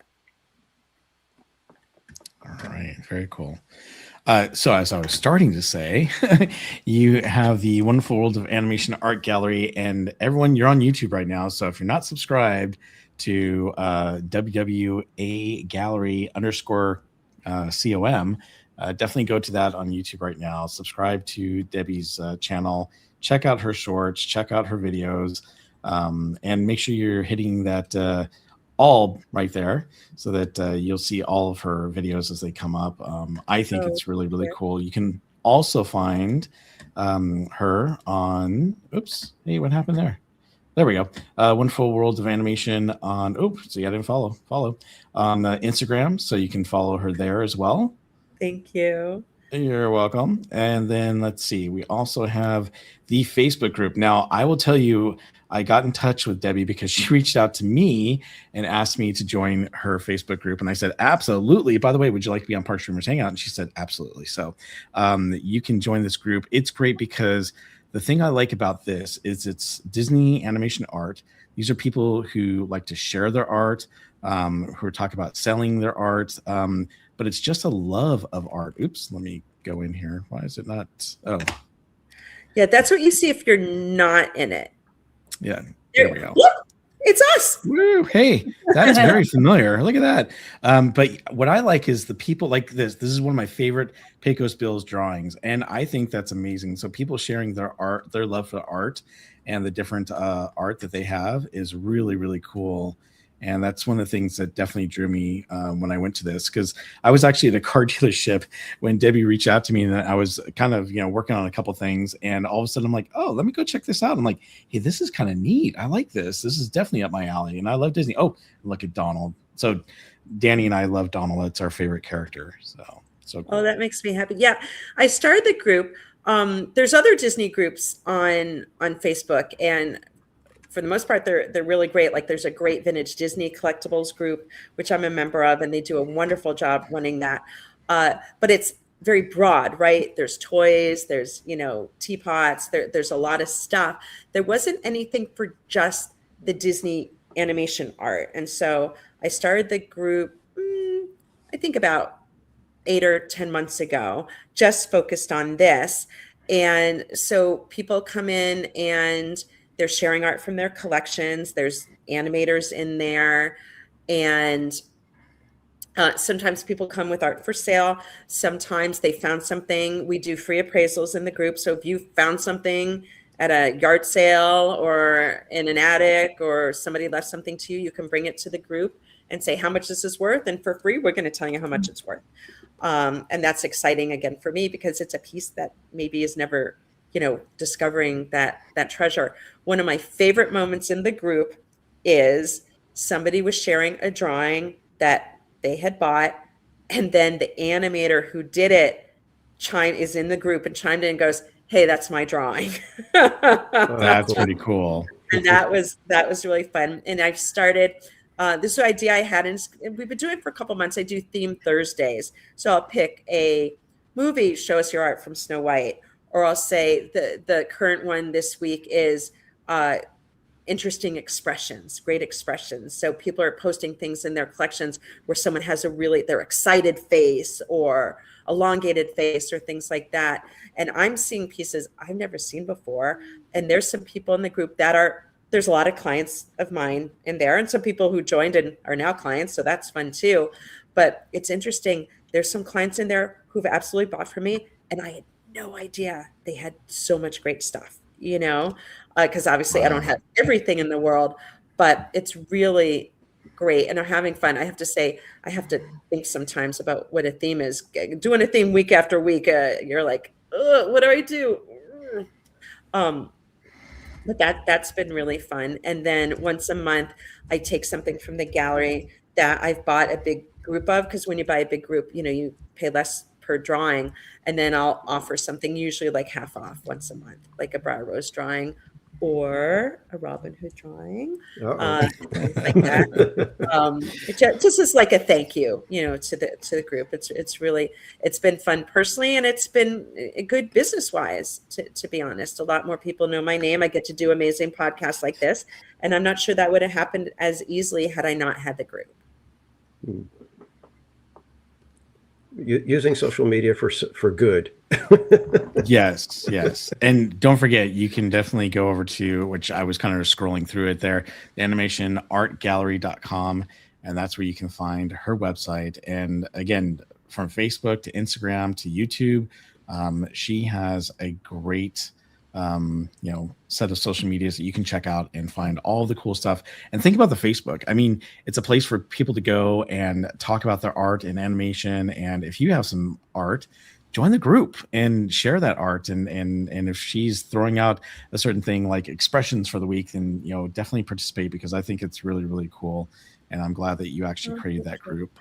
And to be clear, you don't have to collect. If you just would find it fun and enjoy the art, you can join too. You don't have to collect. There's no pressure for that. All right. Thanks for saying that. So Andy keeps asking if we've ever met Phil Hartman. I have not met Phil Hartman. Have you, Danny or Cordy? No. Okay. No. Phil Hartman, the voice from Simpsons? Yes. Oh, yeah. No, I've met animators and some of the voices, because I've had, some shows with some of the voices. That's the picture actually that you used of me, was one of the shows that I had. Tom Arnold was there. Joe Montana was there. I'm forgetting the other guy. He had passed away. Anyway, the three of them were like the, celebrity guests and things like that. Mhm. Really fun. But I've not met Phil Hartman. All right. Well, Debbie, I want to say thank you so much for taking the time to be with us today. It was a pleasure having you on the show. We hope that we can have you back on the show again sometime in the future. But we wish you the best of luck with your gallery. And thank you again. We hope you have a great night.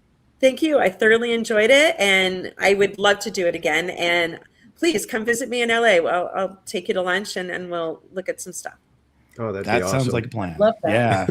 Yeah. I foresee a Park Streamers Hangout on Yeah. location at your gallery That would soon. be So amazing. Oh, we should do that'd it be fun. at the gallery. yeah, we should. Yeah. Well, you know, Then- Debbie. Oh, go ahead. I was gonna say, and then your viewers could ask me, like, I don't want them to ask me, oh, do you have the blah blah blah? But I could say, here's your choice of 10 things or 20 things. They go, yeah, we want to see Robin Hood drawings. We want to see Snow White concept art, whatever, and we can do the things that your viewers ask. We can Oh, show that'd them. be cool. Yeah, that sounds like a plan. So, Debbie, I will be in touch. I sent you my number on social, so definitely let's talk later this week and see if we can set that up. I would love that. Thank you so much. Wonderful. All right. that's Take awesome. care. Have a great night. Thank you again, Bye. Debbie. Bye, Debbie. Thank you. Thanks, Cordy. Thanks, guys. You're welcome. Bye-bye.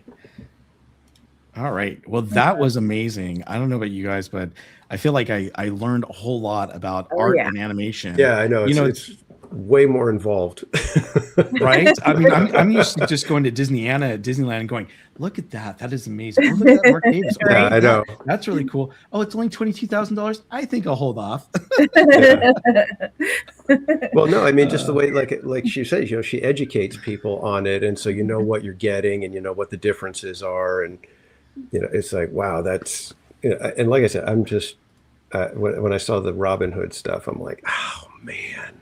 I know. And some of those are just so cool. And, and I get it, there's concept arts and production styles to get those, but, the master setups and photo stats and oh my goodness, there's so many different things, in the art world that I love you the can collect drawings. for the I like animation. the Robin Hood, the sketches and stuff. I'm just like, oh man, those are so cool.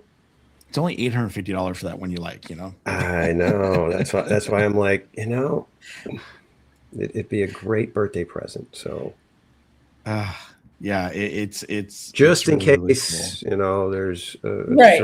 certain Put it people out watching. there. Manifest. Exactly, manifest it. Right. Mrs. Casual. Yeah. Well, And, hey, and she'll be all, where you don't have any walls left. well, we need to celebrate because Teacher Tammy D just gifted one Park Streamers Hangout membership. So thank you very much. We also had at the beginning of the show 5 gifted Park Streamers Hangout memberships from SoCal Sports. Weirdo Man is celebrating 13 months, and he says, great to see all 3 of you. Tom is celebrating 3 months. And he says, hey, all. We also have Eric Schwartz, who said, I can't wait for my trip to Disney in May. And we also have James, who said, glad to be a part of such an awesome group and community. He's been with us for 8 months.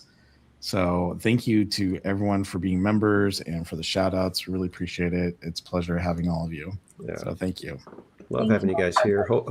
I hope you guys are inspired, and it would be really cool to go do an on location Park Streamers Hangout in the gallery. I think that would be so much fun. I think so too. Yes. It'd be dangerous, but Yeah. It could be. Yeah, I know. Well, because I already started talking to her about something that I think would be really cool, but I'm not going to say what it is. Although I think Danny heard it, maybe Cordy heard it, but yeah, I'm going to save the surprise for later because it might deal with the art gallery. Oh, did I just say what it was? Just kidding. With that, hey, let's talk about a few theme park news things. Oh, before we continue on, should we say hi? I know we have a lot of people that joined us while we were talking to Debbie, and we haven't said hi to them yet. Can we see if we can go back and say hi to some of these we got a people? whole bunch of people. We've got, let's see, I'm scrolling back to see. Jonathan Chong, welcome in. Andy Radu, Miss Garcia. We got Brian Sevilla. Scrolling back. Jay Bay, welcome in. Miss Garcia.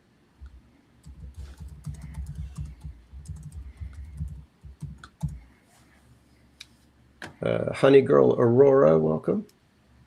Doom Boogie in the chat. I think Jonathan, right? Jonathan Chong joined. Jonathan Chong, Barbara Yes. Duncan, good to see you. Alyssa Neal, Disney family, welcome in. Night Rush.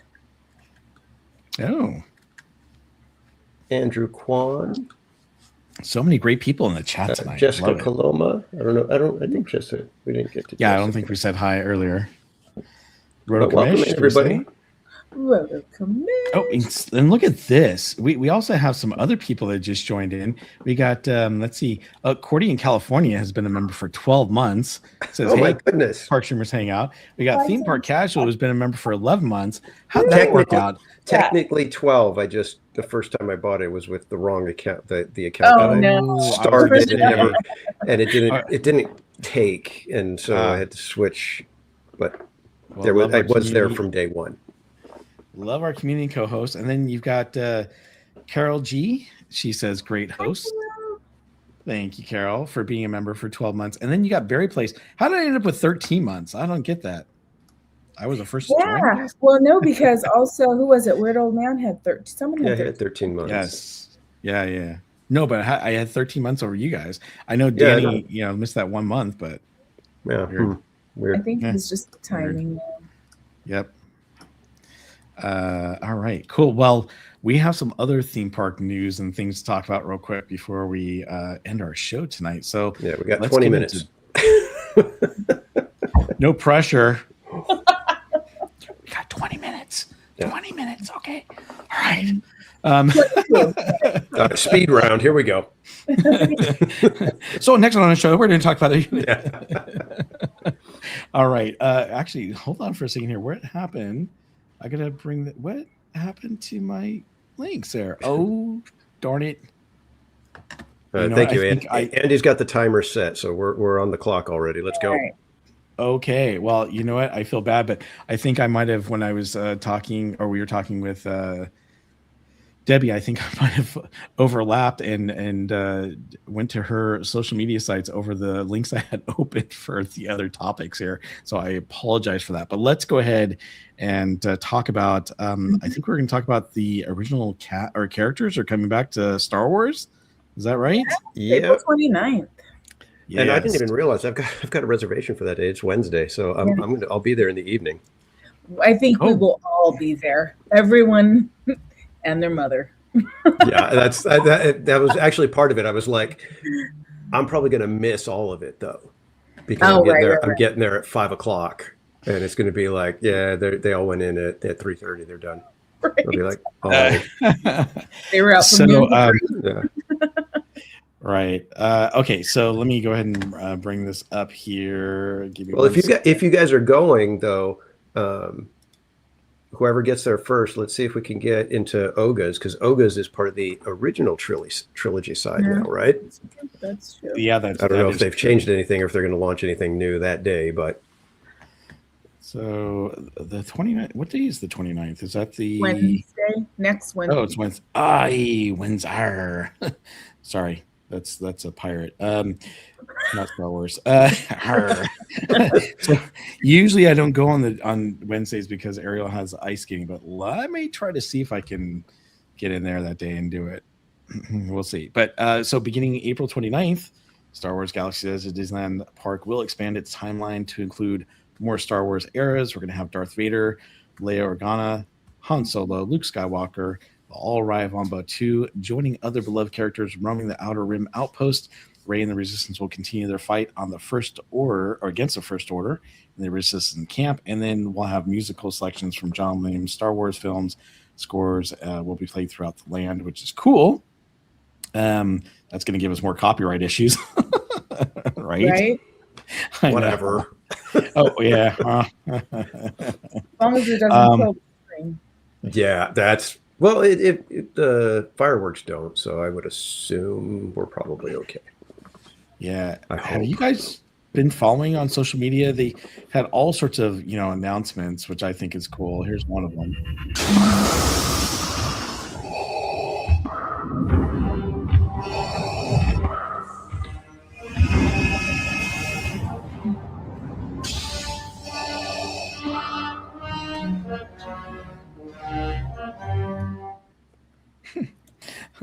I love how they add theme park reservations and admission is required for that.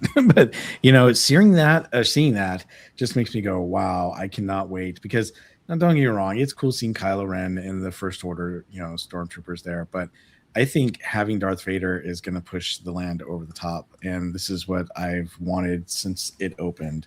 So I'm really excited to see Darth Vader and some of the other characters, coming to the outpost. I don't know, that little section that you read at the beginning, it just sounds like it's like, okay, here you go. It was like, it's like everything everybody's been clamoring for since day one of Galaxy's Edge opening, and it's just like, all right, here. It's like, fine, right? So that, I mean, and those are the new updates, so that doesn't include what they've been doing. What? Exactly. That's exactly how it feels. What I miss? Oh, I just posted Brian Sevilla's. Oh, he's all right. Gotcha. Well, since I'm running the slides, I can't see. Yeah, I can't see it. Sorry, guys. Actually, let me go back to my blog here. There we go. Let's see. So there is Leia. So she's the Leia that they had last year for Star Wars Night. They have a new Han Solo actor, and we'll see how he does, because last year's Han Solo was just okay. This is the same Luke Skywalker, which is interesting. This is the same guy that played Luke Skywalker, who wasn't Luke Skywalker very long last year. So I wonder what happened there. It was probably part of their testing, and to see, okay, what happens when we throw an original trilogy character in there? How do the fans react, and what kind of are we dealing with? And he was mobbed, for the first couple of days. It was like, oh my god. That could be why they're bringing more original characters back, because it's not just Luke coming out with R2-D2, who's already been there, and Chewbacca and things like that. But now you have more characters they can rotate out. That'll definitely help, and I think that's a great idea anyhow. So I'm definitely looking forward to seeing them. Of course, we're going to have Mandalorian back, as well as Ahsoka, and we got the new Mandalorian film coming out, so I'm sure that's really going to spur some excitement about Galaxy's Edge and Star Wars. Yeah, so, we're getting the new Smuggler's Run. That's changing. That too. Mm-hmm. And is I have that also starting on the 29th? It's no, that one is in May. In May, I'm right? not sure when exactly, but yeah, EXP the face characters. It's never. I mean, they're too iconic. You're not going to be able to find people that look that close to them and can act and are in Southern California. It won't be so bad if we can get if we can get something with Chewbacca and Han Solo, right? Do some banter, and you kind of right there, and the Millennium Falcon and stuff. So that would then you wouldn't really care so much, right? It wouldn't make such a big difference, right? And especially if the actor has a good feel for the character and could come up with the quips and give a little bit of the voice intonations and stuff the way Harrison Ford would. It's tough. I mean, even with the princesses, sometimes you go like, okay, that's not the top notch Cinderella. Well, we know they can do it, because over in Star-Lord, the actors that they have that play the Star-Lord character are great. Right, they got that. They kind of got it down, right? The characters. So hopefully, right, and you kind of let it go. I just wish the wigs were a little bit less, especially on the guy. The ladies, the princesses, the wigs. They tend to do a good job with those. The guys, it's like this big up on top of their head, and it's just like, I think you went a little too far on that one. And I don't know why that is. I mean, I get that some of the hairstyles, you want to give them, for a stage production, you would go a little overboard so that it's a little recognizable, but I don't think you need that with these. But yeah, the guys, it's always a little weird with the hair. So enhancements to local establishment shops. So they're going to transform the first order cargo into the Black Spire surplus. It's going to have military salvage operation offering artifacts from across the galaxy, or the history of the galaxy, that is, including Imperial and Rebel items. So that's going to be cool. As antiquity shops often do, Doc Ondar's Den of Antiquities will display a different array of one-of-a-kind items from its past, which is a good thing because they've had the same stuff for such a long time. It's kind of gotten old. And to be honest with you, I see people going in there to buy things here and there, but nothing like, when it opened, people were just buying, all sorts of lightsabers and, kyber crystals and, all those different Yeah, I think that's really the main thing from that store is the hilts and the kyber crystals and the little right pyramid and cube thing. It's like, that didn't do it. It's like, everybody's like, what the heck is this?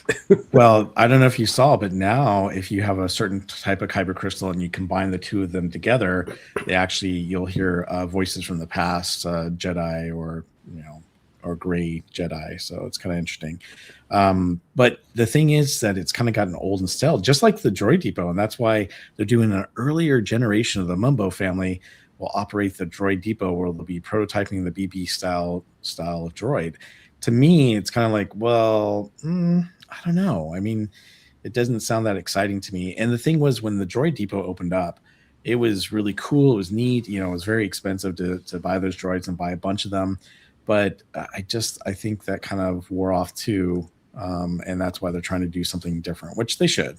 Also, in search of for information on lightsabers and the Force, Luke Skywalker will be interested in meeting Savvy. So you may continue to have the opportunity to purchase and build your own lightsabers under the guidance of the Savvy Gatherers.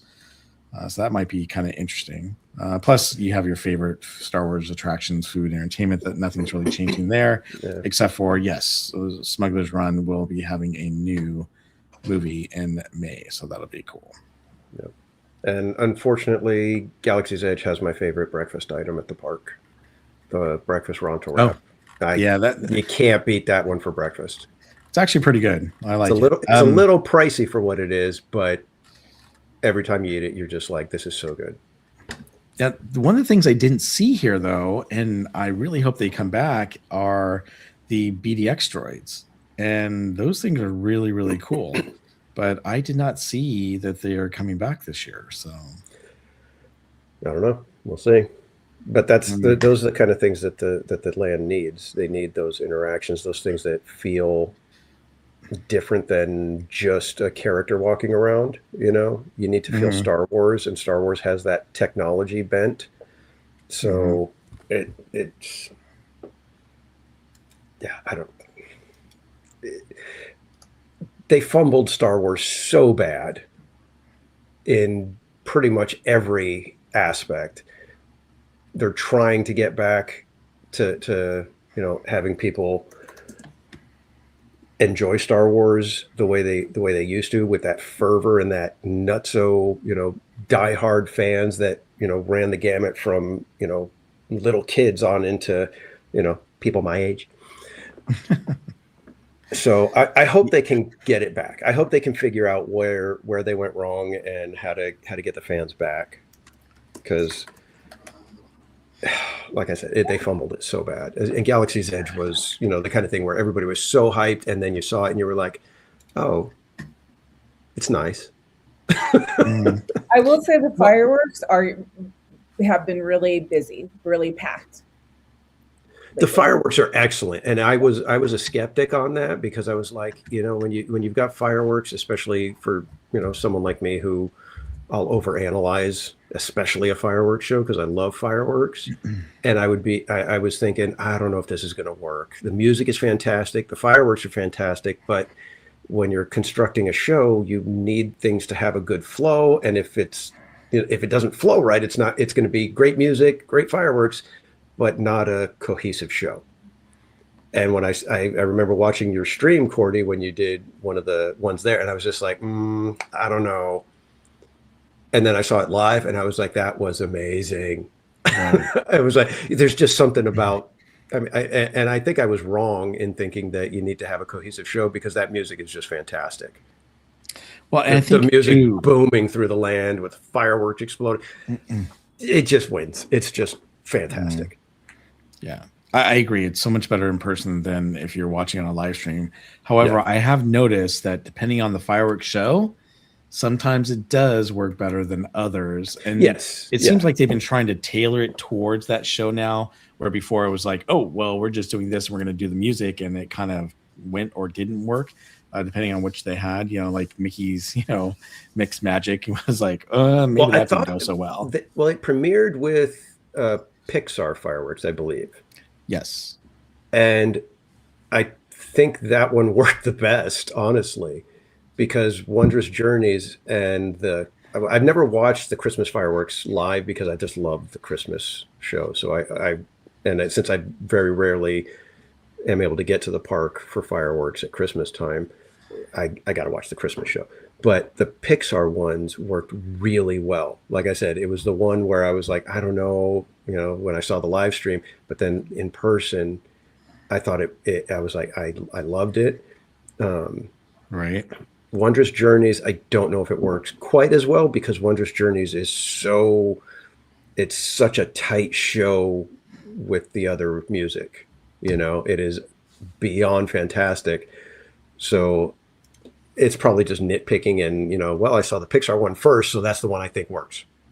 I'll completely admit that I'm just being an idiot and saying, oh, well, I saw that one first, so that was the best one, so this one can't be as good. I don't know. But the music for Star Wars, it's made for fireworks. Yep. All right. So we have 7 minutes left. Let me... So FanFest is coming in 2 days. Are you going to be there in 2 days, Courtney? Are you going opening night? I will be there opening night. I got early entry. I'll be there. Oh, I'm so jealous. I'm so excited. I still have yet to buy my ticket, but yes, I'm planning on going. What are you looking forward to the most, Cordy? Scooby-Doo. Yeah. Where are you? Did you see? Okay, Shaggy. Did you see Brian Sevilla? Brian Sevilla said that Scooby-Doo is part of the early entry. Yeah, I was saving that one. Yep. Yeah. Nice. That is pretty sweet. Yeah. So I think we're gonna probably head there first, and that's what I did with Back to the Future. You're just go right to the to the headliner, in my opinion. But are you guys doing any? Great. That and the One Piece. Like last year, I was bummed that we didn't have a show, and I thought because we watch One Piece here in our house, so they're pirates, and I'm like, why didn't they do a water show? So I'm so happy that we're getting it. They must have read your mind. They did. Well, I think with the popularity of having it on the live action show, that is pretty amazing. I don't know if you that's guys what we watched. Season 1 or 2. I really enjoyed that show, so I think it's lending into that. So that'll be really cool. That's what it was last year too, because the characters that came out that were walking around, because that's all we had were like meet and greets and photo ops, but it was like so popular. I don't think they understood how big it was, right? Because it starts with the anime, and then of course, then they had a whole new audience with the live action. And I know Theme Park Casual is not doing this, but Cordy, are you doing the Express at all? Oh no, okay. It's very expensive for that stuff at Universal. It is. Yeah, I'm curious because last year I went thanks to Slim Devin. He bought my ticket. It was a regular ticket, so I didn't get any early entry. But I did get there at like 3:00 and kind of milled around in the City Walk, and then was like, all right, I'm getting at the gate. And I was first one through the turnstile. And I got to see everything. I think we did a couple things twice. I saw everything I wanted to see. I think the only thing I missed, maybe Super Nintendo. Yeah. I didn't get a picture with Yoshi. I wasn't really into the One Piece taking a picture, but we caught them as they were walking out toward that. So that was kind of cool to see them, just as a group, all kind of moving and doing their thing. And I was just like, this is, even though I don't even know anything about these characters, just the hype that from the people around me and just everything, how into it the character, the actors were. I was like, this is fun. And I waited, I think, half an hour for a coffee at like 1 o'clock in the morning, and we left a little bit early, and I was still able to see everything. Now, that was not spending, I didn't get any photo ops in Back to the Future. So I didn't get to the picture with Einstein by the car or anything. And I don't know what this year is going to entail, because the Scooby-Doo thing, it from what I've heard, it's a process that everybody should be going through, like to solve the mystery. So I'm curious to see how that works out. So that's why I didn't go for opening night or opening weekend. I was like, I'm going to let all you guys go and sort it all out, and then I'll take all the tips and tricks and put them into effect the next week. My thoughts are, well, Brian says you don't need an express. I totally agree. Going multiple nights last year, like it just, there was no need for paying that extra money. And you got the pass, right? Yeah. Lucky. Yeah.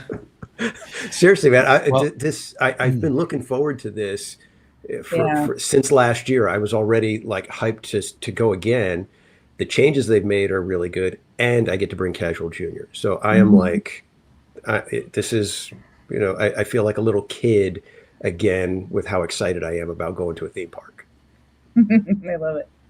So you got to get your tickets, Bob. Got to get your tickets. I know. I've been trying to figure it out because, obviously with everything going on, I haven't been able to try to figure that out. Plus, we were trying to plan a vacation and a cruise, which we finally planned that out. It's at the end of May, so that's cool. But now I just need to figure out when I'm going to, because I also have Star Wars night that I'm going to on May 4th. So, and then I was like, oh, I'm going to go to Fan Fest on May 3rd. And I'm like, wait. And then I got, Star Wars night on May 4th. And then I'm going to be, I was like, oh, maybe not. Yeah. So I'm trying to figure out. And I was trying to think maybe of going on a Saturday. And I asked Maria if she and Ariel, if they wanted to go. So who knows? I'm trying to figure this whole thing out. But, and then that's the other thing too. It's like, I didn't get the Express last year, and I did get the early entry, but I noticed that getting that early entry did help, but it's still like there was quite a few things I definitely had to wait, for, and I wish I had the Express a couple times. But yeah, I was able to get everything done, but there's a couple things I wanted to do over again that I couldn't. So I don't know. I'm debating whether or not I'm gonna do the Express, and so we'll see. Yeah, because I don't think it would help at all with like the Scooby-Doo part, right? Like that's going to be like Back to the Future, and I have a feeling, I know it's like I think it's supposed to be a 45-minute like thing, right? But I feel like it's still going to be similar to Back to the Future, where it moves. You know how it moved. You knew exactly. Then by the second week, everybody knew where to stand. Okay, in 5 minutes, they're going to be doing this scene over here. Right. It was hard to beat the. Well, that's why, like Danny, I'm kind of like, oh, let's see where we're going to go and what we're going to do. Because by the time I got to, I kind of had an idea by the time I went, and I went the very last night of FanFest last year. And then the crazy thing was when I got there, I you quickly pick up on, after you see it once, what's happening, where to go. And you say, oh, okay, I'm coming over here. And I think I stayed, why is I there for like 4 different Back to the Future, maybe it was 3.5, but I thought it was 4, times. And it's crazy how you can just stay down there in that one area. And that probably will be the same with Scooby-Doo. But then I'm looking forward to going back to the Dungeons and Dragons. I thought that was really well done. Yeah, that's the one I wanted to go back and do again. I couldn't. The lines were just way too long for that. Star Trek wasn't too long. But I don't know. I don't know if I would have done that. Well, now we have Harry Potter. I mean, they've added, if you think about it, it's more Jurassic Park. That's right. Right. So we have a lot more. Plus, and by the way, I really didn't do the rides last year. I focused on that stuff. And if I was going multiple nights, but that's the other thing. And the only thing I'm bummed about is I don't think the new roller coaster is going to be open by that time for the Fast and the Furious. So that's kind of a bummer. No, it's smart for them to. I mean, even if it was available, I wouldn't have it open. Come get it. Come another time, guys. That just the smart business decision would be that. But I think they're saving that for summer opening. Well, they did that for Harry Potter last year, and I was surprised that they didn't have Harry Potter over. I thought that was a no-brainer, but thankfully this year it is a no-brainer, and they're doing more things. What I like is that they're offering more Yes. And the prices are really not that much more expensive than they were last year. They actually started at the same type of prices. And so, and in fact, if you did it early, like I think you guys did, that you get a commemorative coin too, which I won't get, but I think that's neat that they were enticing people and they were selling tickets so far in advance because they knew it was so good. And that's why I'm hoping Disney will go, oh, FanFest, wow, they're getting a lot of people over there and they're doing really well, Yeah. Have you guys heard if Star Trek is coming back? No, It's not, or you haven't heard? it's not. Okay. No, it's not. So they Not shifted that Star Trek over to Harry Potter, then added Waterworld, or the epic Yeah, we One added Piece that. show. We added Jurassic Park. They've added Sailor Moon, or takes the place of the One Piece meet and greets, because One Piece is now. Is there still something in the Kung Fu Panda theater? I believe it's Sailor Moon. So there's still question on that because at first it was like, oh, it's a the anime show, and then it was like, oh no, they're going to be out meet and greet. So I think it's both. Okay, well that's cool then. Because I didn't really care for the Jujutsu Kaisen movie that much last year, so I thought it was all right. I mean, I'm not into anime, and But, so it was kind of a neat little introduction to it, if you will. So, well, I think it was a neat concept, but just I'm not into anime, and I wasn't really into Jujutsu Kaisen, so I guess that's why. But I just love that. you like the what? I love that theater. Oh yeah, that theater is awesome. That is so cool. Yeah, very cool. Yeah. Okay, so real quick, because we have to get theme park casual out of here. Speaking of theme park tomatoes, let's talk about this real quick. And that is this wonderful photo. Hold on, let me bring it up here. So, theme park casual, can you tell us what this was all about? Yeah, we did Dapper Day yesterday, and I had the crazy idea to decide that I promised everyone that I would dress as a tomato. So I went as our friend Thaddeus T. Mato III Esquire. I went as his cousin Nigel Ribbingshire. How'd you say this? And we had a blast. A 9-hour stream. It was crazy. It was hot, but we had fun, and we raised $600 for Chalk Walk. Nice. So, Nice. Very good. it was. I thought I set the bar a little bit high so that I wouldn't have to eat tomatoes, but I told them if we get to $1,500 that I would eat the burrata toast and not take the tomatoes off. And so if you guys are interested, if you weren't there to see it, watch like the last half hour, 45 minutes of yesterday's stream, and you will see me doing my best to deal with cherry tomatoes. I think I did 6 or 7 bites with tomato. It was rough. And so, yeah, but we had fun. We got footage of me on the carousel, on Dumbo, on the teacups. And it was so fun. I got to go take a picture with Marco from Fat Cat. Nice. But yeah, the hat did not come off of my head the entire time. Wow. I don't think I took the hat off until I got back to my car. And that's not even my on car, rides, by the way. Yeah, no. The only ride that was possible to possibly need to remove the hat was Thunder, and I just kind of had my hand on it like that, and he said, "Hold on to your hat." Gotcha. But yeah, was that the same suit you wore to prom TPC? There is no chance that I would fit into anything I wore in high school right now. So no. And I'm flattered that you would think that I actually would be able to take someone to prom. So I have a question real quick though. Where did you get that suit from, and how did you choose green over red and red over green, vice versa? The Thaddeus T. Mato sticker that I did. Yes, so he's got the top hat, he's got the green jacket and pants, and then he's got the bulbous tomato belly, which I sort of have. I mean, you can't see it. The suit is very slimming, is what Mrs. Casual said. But so I was patterning it after that. I went online to see if, where can I get a green suit? Found it on Amazon, ordered it. Sent my measurements, told them I want a green jacket and pants, but I want a red vest. And they said, no problem. Just when you place your order, send us a note, with the order number. We'll make sure that it's a red vest instead of green. Got the red shirt, got a green tie. There you go. Boom. I'm a tomato. Oh, the green tie matches pretty well too. Yeah, it did. I was hoping to get a slightly darker green for the tie, but when I got it, I was like, oh man, it's almost a perfect. And you can't see it there, but I've got the tomato socks that Mrs. Casual got me with its tomato print all over the socks. And that green actually went very well with the slacks as just as much as the tie. All right. So very cool. Yeah, Krista Joe, we were walking by at one point, and Slappy was my assistant for the entire day, which thank you, Slappy. That was tremendously kind of him to stick it out for 9 hours on the stream alone. Never mind the getting to the structure at 6 a.m. and then, hanging out a little bit after. But somebody walked by and they said, we've seen him a lot today.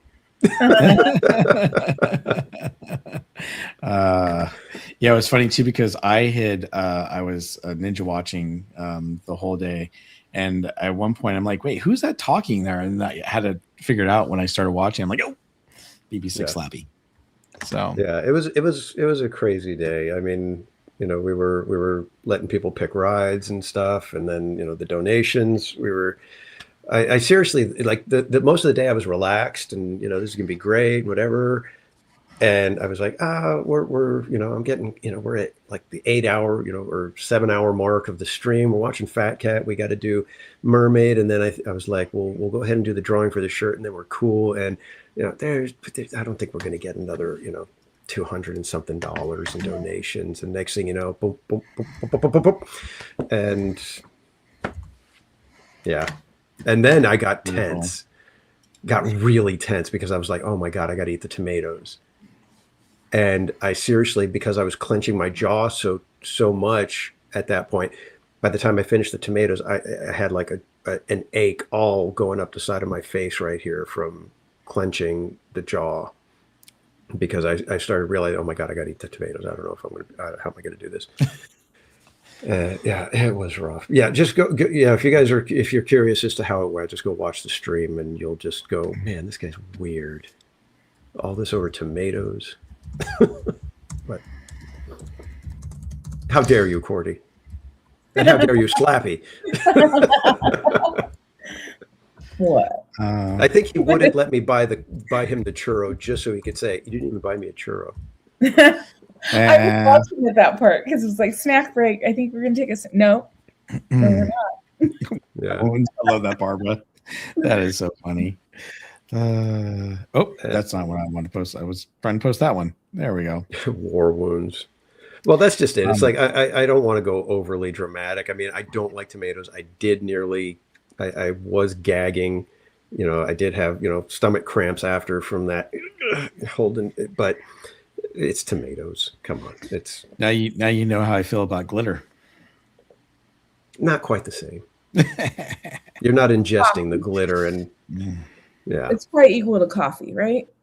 For you. There we go. Yeah, it's coffee. I can't do coffee. Yeah.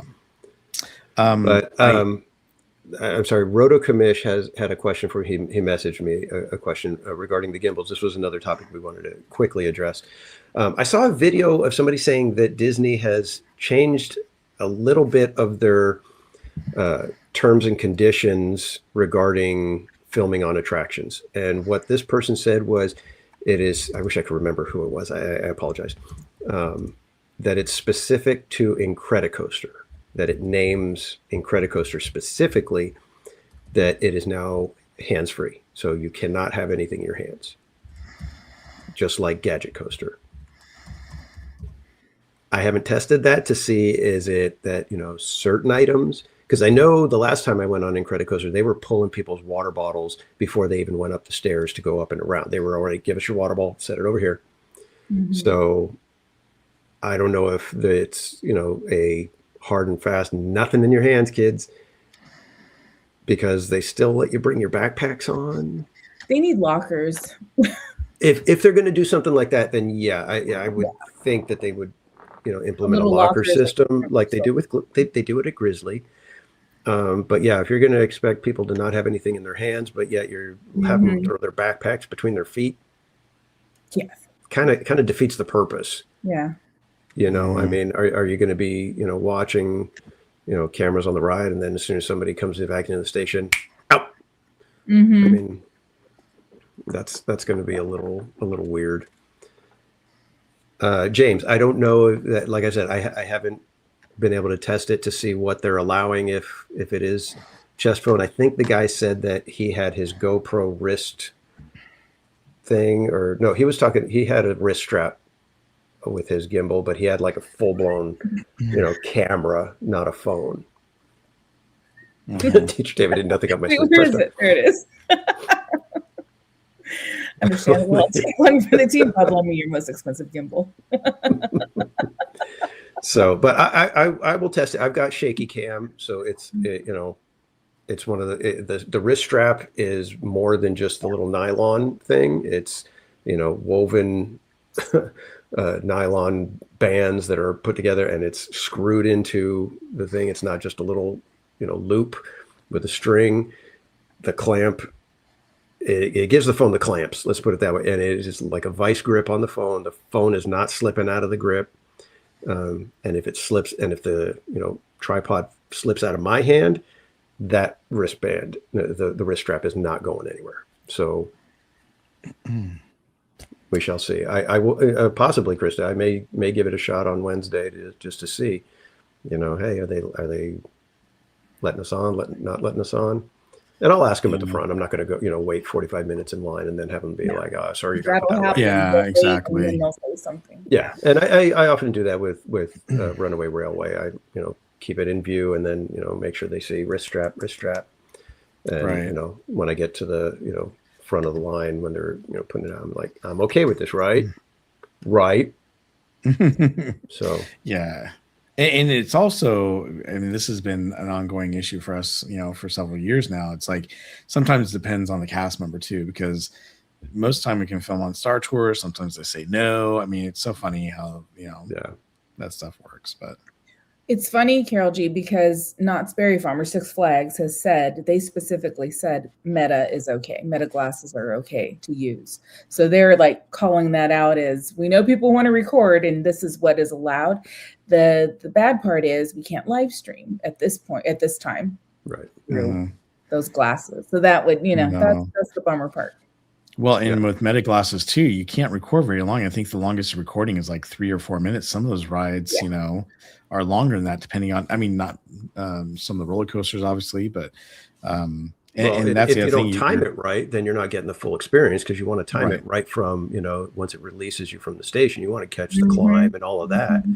Right. And that could sometimes be, you're running really close to the 3 minutes. Yeah, absolutely. So interesting. All right. Real quick, because we need to get Theme Park Casual to bed. So everyone, if you have any questions, throw those questions in the chat for us real quick so we can answer a few and get Theme Park Casual to nighty night. Cordy getting evac from Big Thunder. Yes. Ooh, I know. I was there in that. The first for me. It was a Disney Channel night, so they had to escort us to Main Street. Were you staying for Disney Channel night, or were you just going for that night? Yeah, okay. I thought so, because I was over there on the other side at DCA, and I had heard everyone's in the chat going, "Corey got stuck on Big Thunder." I'm like, "Oh, okay." And like, "Oh, now she's getting evacuated off." I'm like, "Wow, that's cool." Right before I think it's kind of fun doing those. It was fun until, well, of course, then my anxiety started setting in, because I'm like, "Oh wait, would I have to like get out of here?" And we're like on an incline, and I've got the stream. I'm like, "Oh no." But I had to put them on the ground. And then I was holding on to the ride, and she kept saying, "Oh, we need you to to not hold on to the ride." And I was in another place in my head. And so the guy he's like, "Oh, I think you have to stand over here." I'm like, "Oh, what? Huh?" that was interesting. It was a short walk from there too. It wasn't. We got a little bit of a view of behind the scenes, but I would have liked to walk. You know how sometimes you'll see them like on the track, but Rancho. I'm like, oh, that'd be Right. fun. Walking along the little Rainbow Yeah. Ridge. No, they always have those exit, and you're like, I'm gonna get to walk this whole. Oh, I'm going over here. Never mind. I know. Yeah. And we didn't get a lightning lane. What? They didn't. Oh, because they were closing. But I was like, I'm gonna go to DCA. Like, do we get one? They're like, oh, you can go to City Hall. I'm like, by the time we do that, I'm not gonna be able to get into DCA. So Right. Yeah, that's ridiculous. I'm sorry to hear that. That's a bummer. yeah, so that there, I got another one on the. You almost like want to have a list of like, okay, I have almost all the rides that I've been evacuated off. Well, it was a bummer too because you were sitting there for a long time. So Yeah. that's kind of a waste of, I mean, it's neat for people who are watching the stream to go, oh, this is what it's like. Just like when I got stuck on Pirates, I was there for Mhm. quite a while. There's not much to see. And I'm kind of like, okay, let me show you over here and show you guys what's Right, happening. But, and then of course, the only excitement I had was I had some irate people on my boat, which was kind of interesting and not interesting. But yeah, it makes for a good stream. That's funny. I know. I saw every Christian Joe was talking about. Then I'm trying to leave, and it's like, oh, hi, all the people that I knew that were going to Disney Channel night. Oh, are you? No. So How cool. Ryan wants to know, is Theme Park Casual wearing that green Riddler suit for the chalk? No, it's too hot. Can you imagine? Yeah. I mean, I could probably do it, but nah. Nah. Yeah. So Daryl can guests take their digi photo camera into Six Flags. So you can't take anything into Six Flags if they you can take your cell phone, but if they see a gimbal or they see a Pocket Pro or Pocket what was that called, the DJI Osmos Pocket 3 or whatever, or GoPro or anything like that, they will personally escort you out to your car so you can drop that off. Security will do that, but like Cordy was saying, that you can wear Meta glasses. So Yeah. And so far, I don't want to jinx it, but yeah, that's more Magic Mountain, even though Knott's is technically Six Flags. We can still. But I think you still need to have like the strap. yeah. But I mean, like, we yeah. can bring our gimbals in, like the rules. Oh, right. Yeah, we can still kind of Yeah. walk around and do the normal. Take people on the train. Yep. You can at Knott's, yeah, but at Six Flags you can't take a gimbal at all. Yeah, they won't do Yeah. anything. When I did my stream for Magic Mountain, I had to go handheld on the phone, and that was it. Here, order shorts for the suit, TPC. There you go. Yeah. I would. At that point, why not? All right. That one was Mr. Toad's was memorable, and I hit my head. I almost lost my memory on that evac. What'd you hit your head on? What Oh, did did I you say? hit your head on the judge's finger that says Guilty? guilty? Thank you. That is all. That no, it's not what he says. Ay, ay, ay. All right. Well, I think we need to end the show for tonight. But before we get going, Cordy, can you tell us where we can find you and when you're going to be streaming next? Yes, you can find me on YouTube, Instagram, TikTok, Twitch, and I think that's it. And I should be in the parks tomorrow. Cool.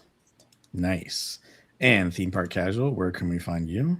You can find me on YouTube, X, and Instagram, all of them at Theme Park Casual. And how dare you, Slim Devin? You said that I am always right. I love that. All right.